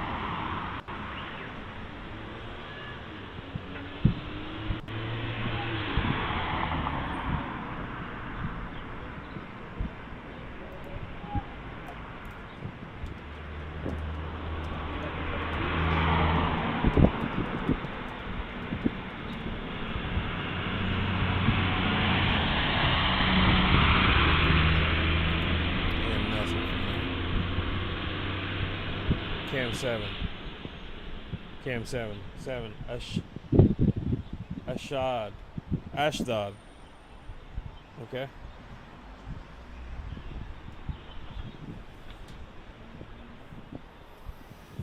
All right.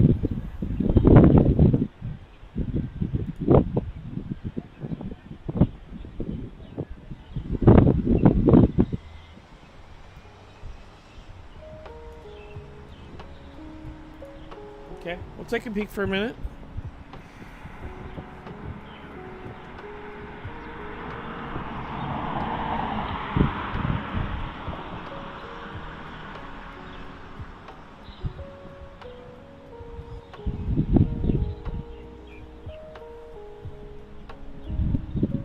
I mean, at least the birds are chirping.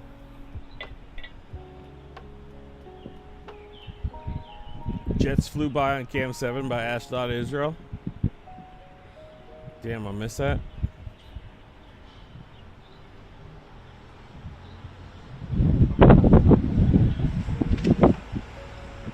I thought the cameras are supposed to go dark if the jets fly by.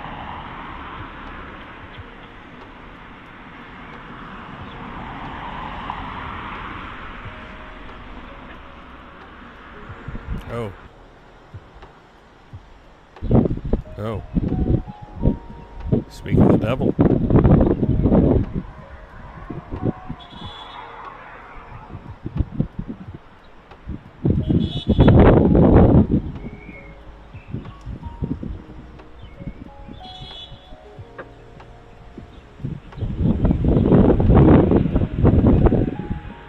All right, Katie.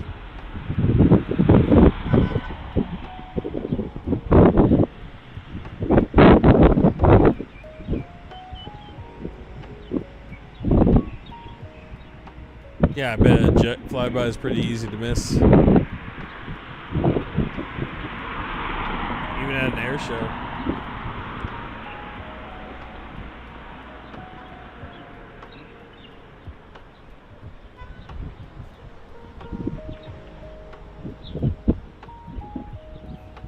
Alright.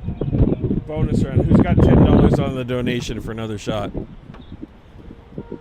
Who's going to throw $10 to Page in Kansas's fundraiser?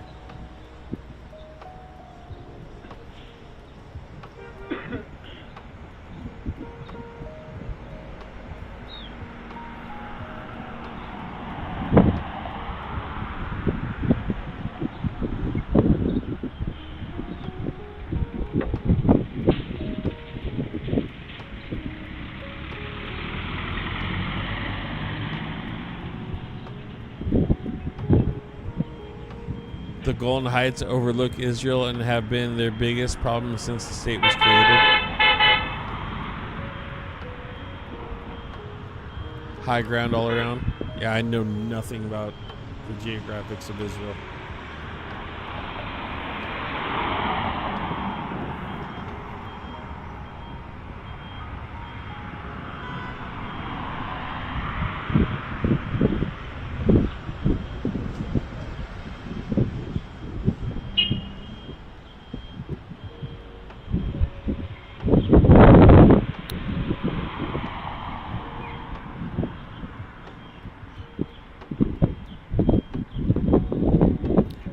Today is the last day of the fundraiser, Jess. We're going to switch.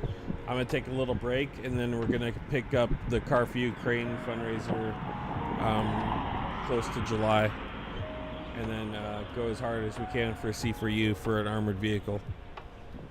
But this is the last day for Page and Kansas before I take a break off of it.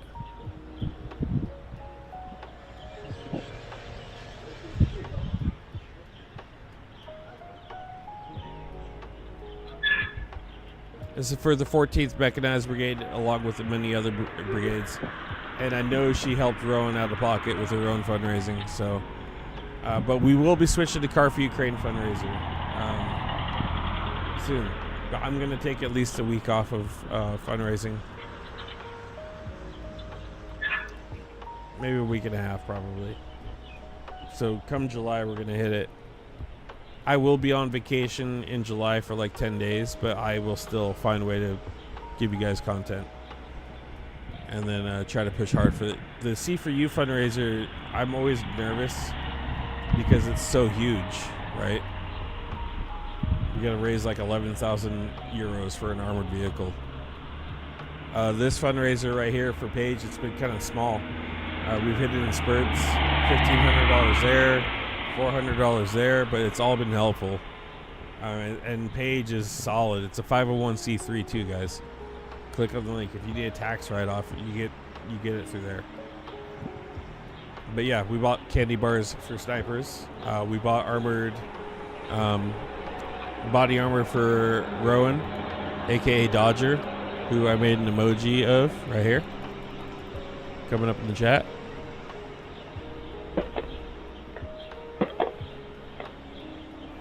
So we've done a lot of good. We got thank you videos, all sorts of stuff.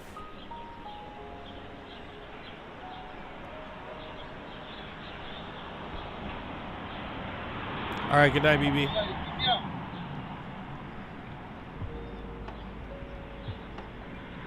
Yeah, that might be it. I don't know, guys. What do you think?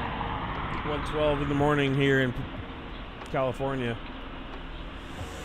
Maybe we'll end it for that.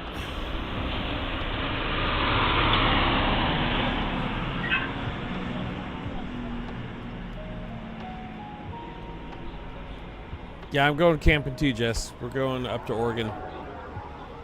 Yeah, let's wrap it up, guys. I'm getting kind of sleepy too. We'll wrap it up tonight. We saw Tel Aviv strike. We covered some news. Pretty long stream overall. Dang, 3 hours 42 minutes. But we all need some sleep. I know I do. Big day tomorrow. The news isn't going to stop. It'll be there tomorrow. So whatever happens, one more time, I'm going to plug the fundraiser. I'll share the video too. Before we go, I'll show you the video we got from Paige meeting up with Rowan, aka Dodger, who will be calling Rowan from here on out. Hi, it's Paige. I'm here in Ukraine. I'm here with Rowan.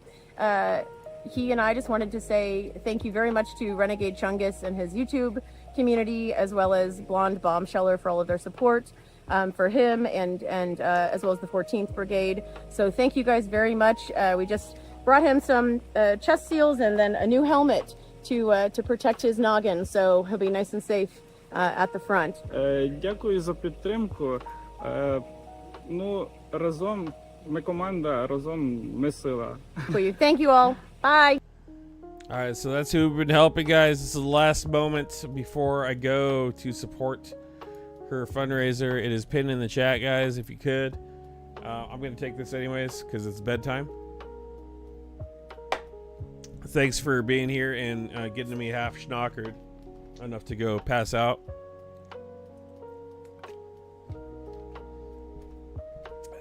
From here on out, we'll take a little break from fundraising, maybe like a week and a half, and then we'll head into the C4U fundraiser and push that out hard. And that's what I got for you guys. Thank you for being here. Thanks for watching the chaos in the world with me. We had some fun parts, but a lot of serious parts. We saw some passionate people out there putting their lives on the line for what they believe in, which is admirable, but not always the smartest thing to do. There's better ways, I feel like that lady who stood in front of that car. God, that was nuts. Yeah. But hey, we're doing the right thing, right? We gotta keep doing it. We're gonna keep fundraising for Ukraine. I'm sure Paige is gonna be happy with whatever we did tonight for her and her groups. We will go back to Paige again. We are not.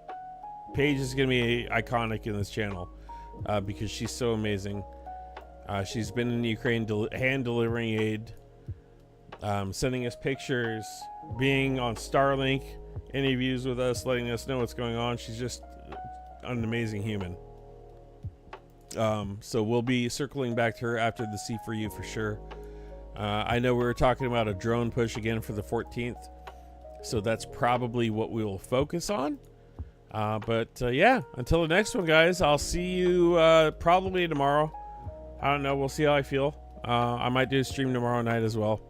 We'll see what happens. Knowing if what I'm predicting is going to happen, there's going to be breaking news tomorrow, and I will have to go live at some point. It'll be a late night stream. So hit the notifications before he goes. Guys, before you go also, I see there's plenty of people on in the chat. Where I am lacking right now as far as the algorithm goes for the channel is after video comments. So comment after the video and also the notification bell. That's the two areas we could really improve on the channel. Thank you guys for all the gifted memberships tonight. We had 35 new members added. I appreciate the hell out of you guys for that. And that's one step closer to making my goal of doing this full time. And I love you guys, and I will talk to you later. Peace out, guys. Have a good night.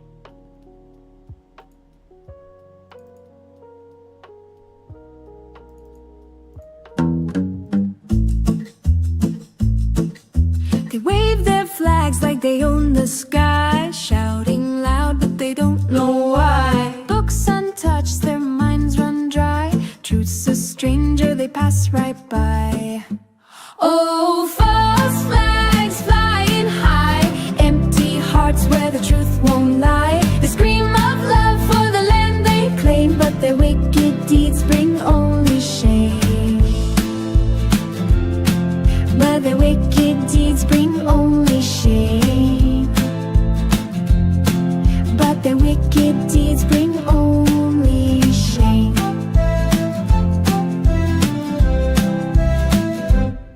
They chant the words they barely know, hollow pride in a shallow show, pointing fingers where the winds don't blow, building walls where the rivers flow.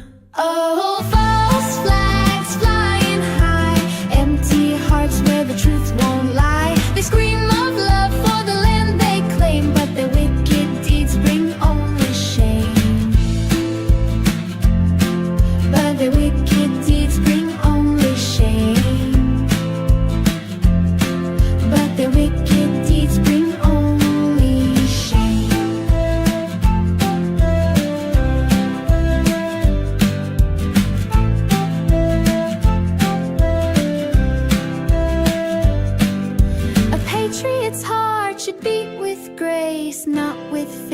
a hate-filled face. If love's the seed, then let it grow, not in shadows, but where light will show.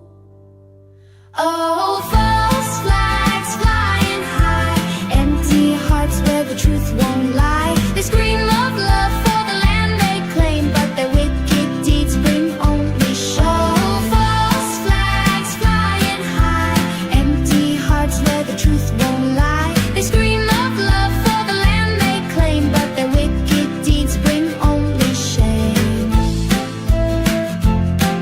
While their wicked deeds bring only shame, but their wicked deeds bring only shame. Why would you think Michelle Obama's a man?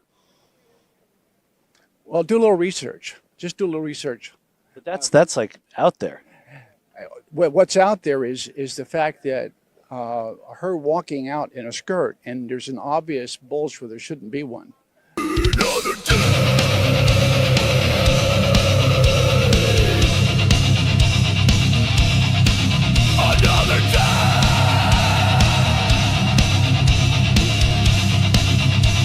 Just run till you take your last breath. There's no time to sit around being lazy. Renegade Chungus gonna grind out daisy. Survival schemes, raiding dreams like you don't care. Zombies crumbing on some bodies like a nightmare.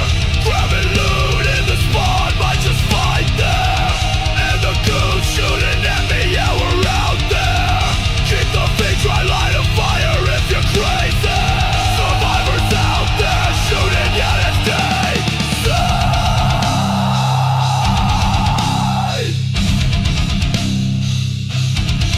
They try to take my loot, but I'm fast and I'm sneaky.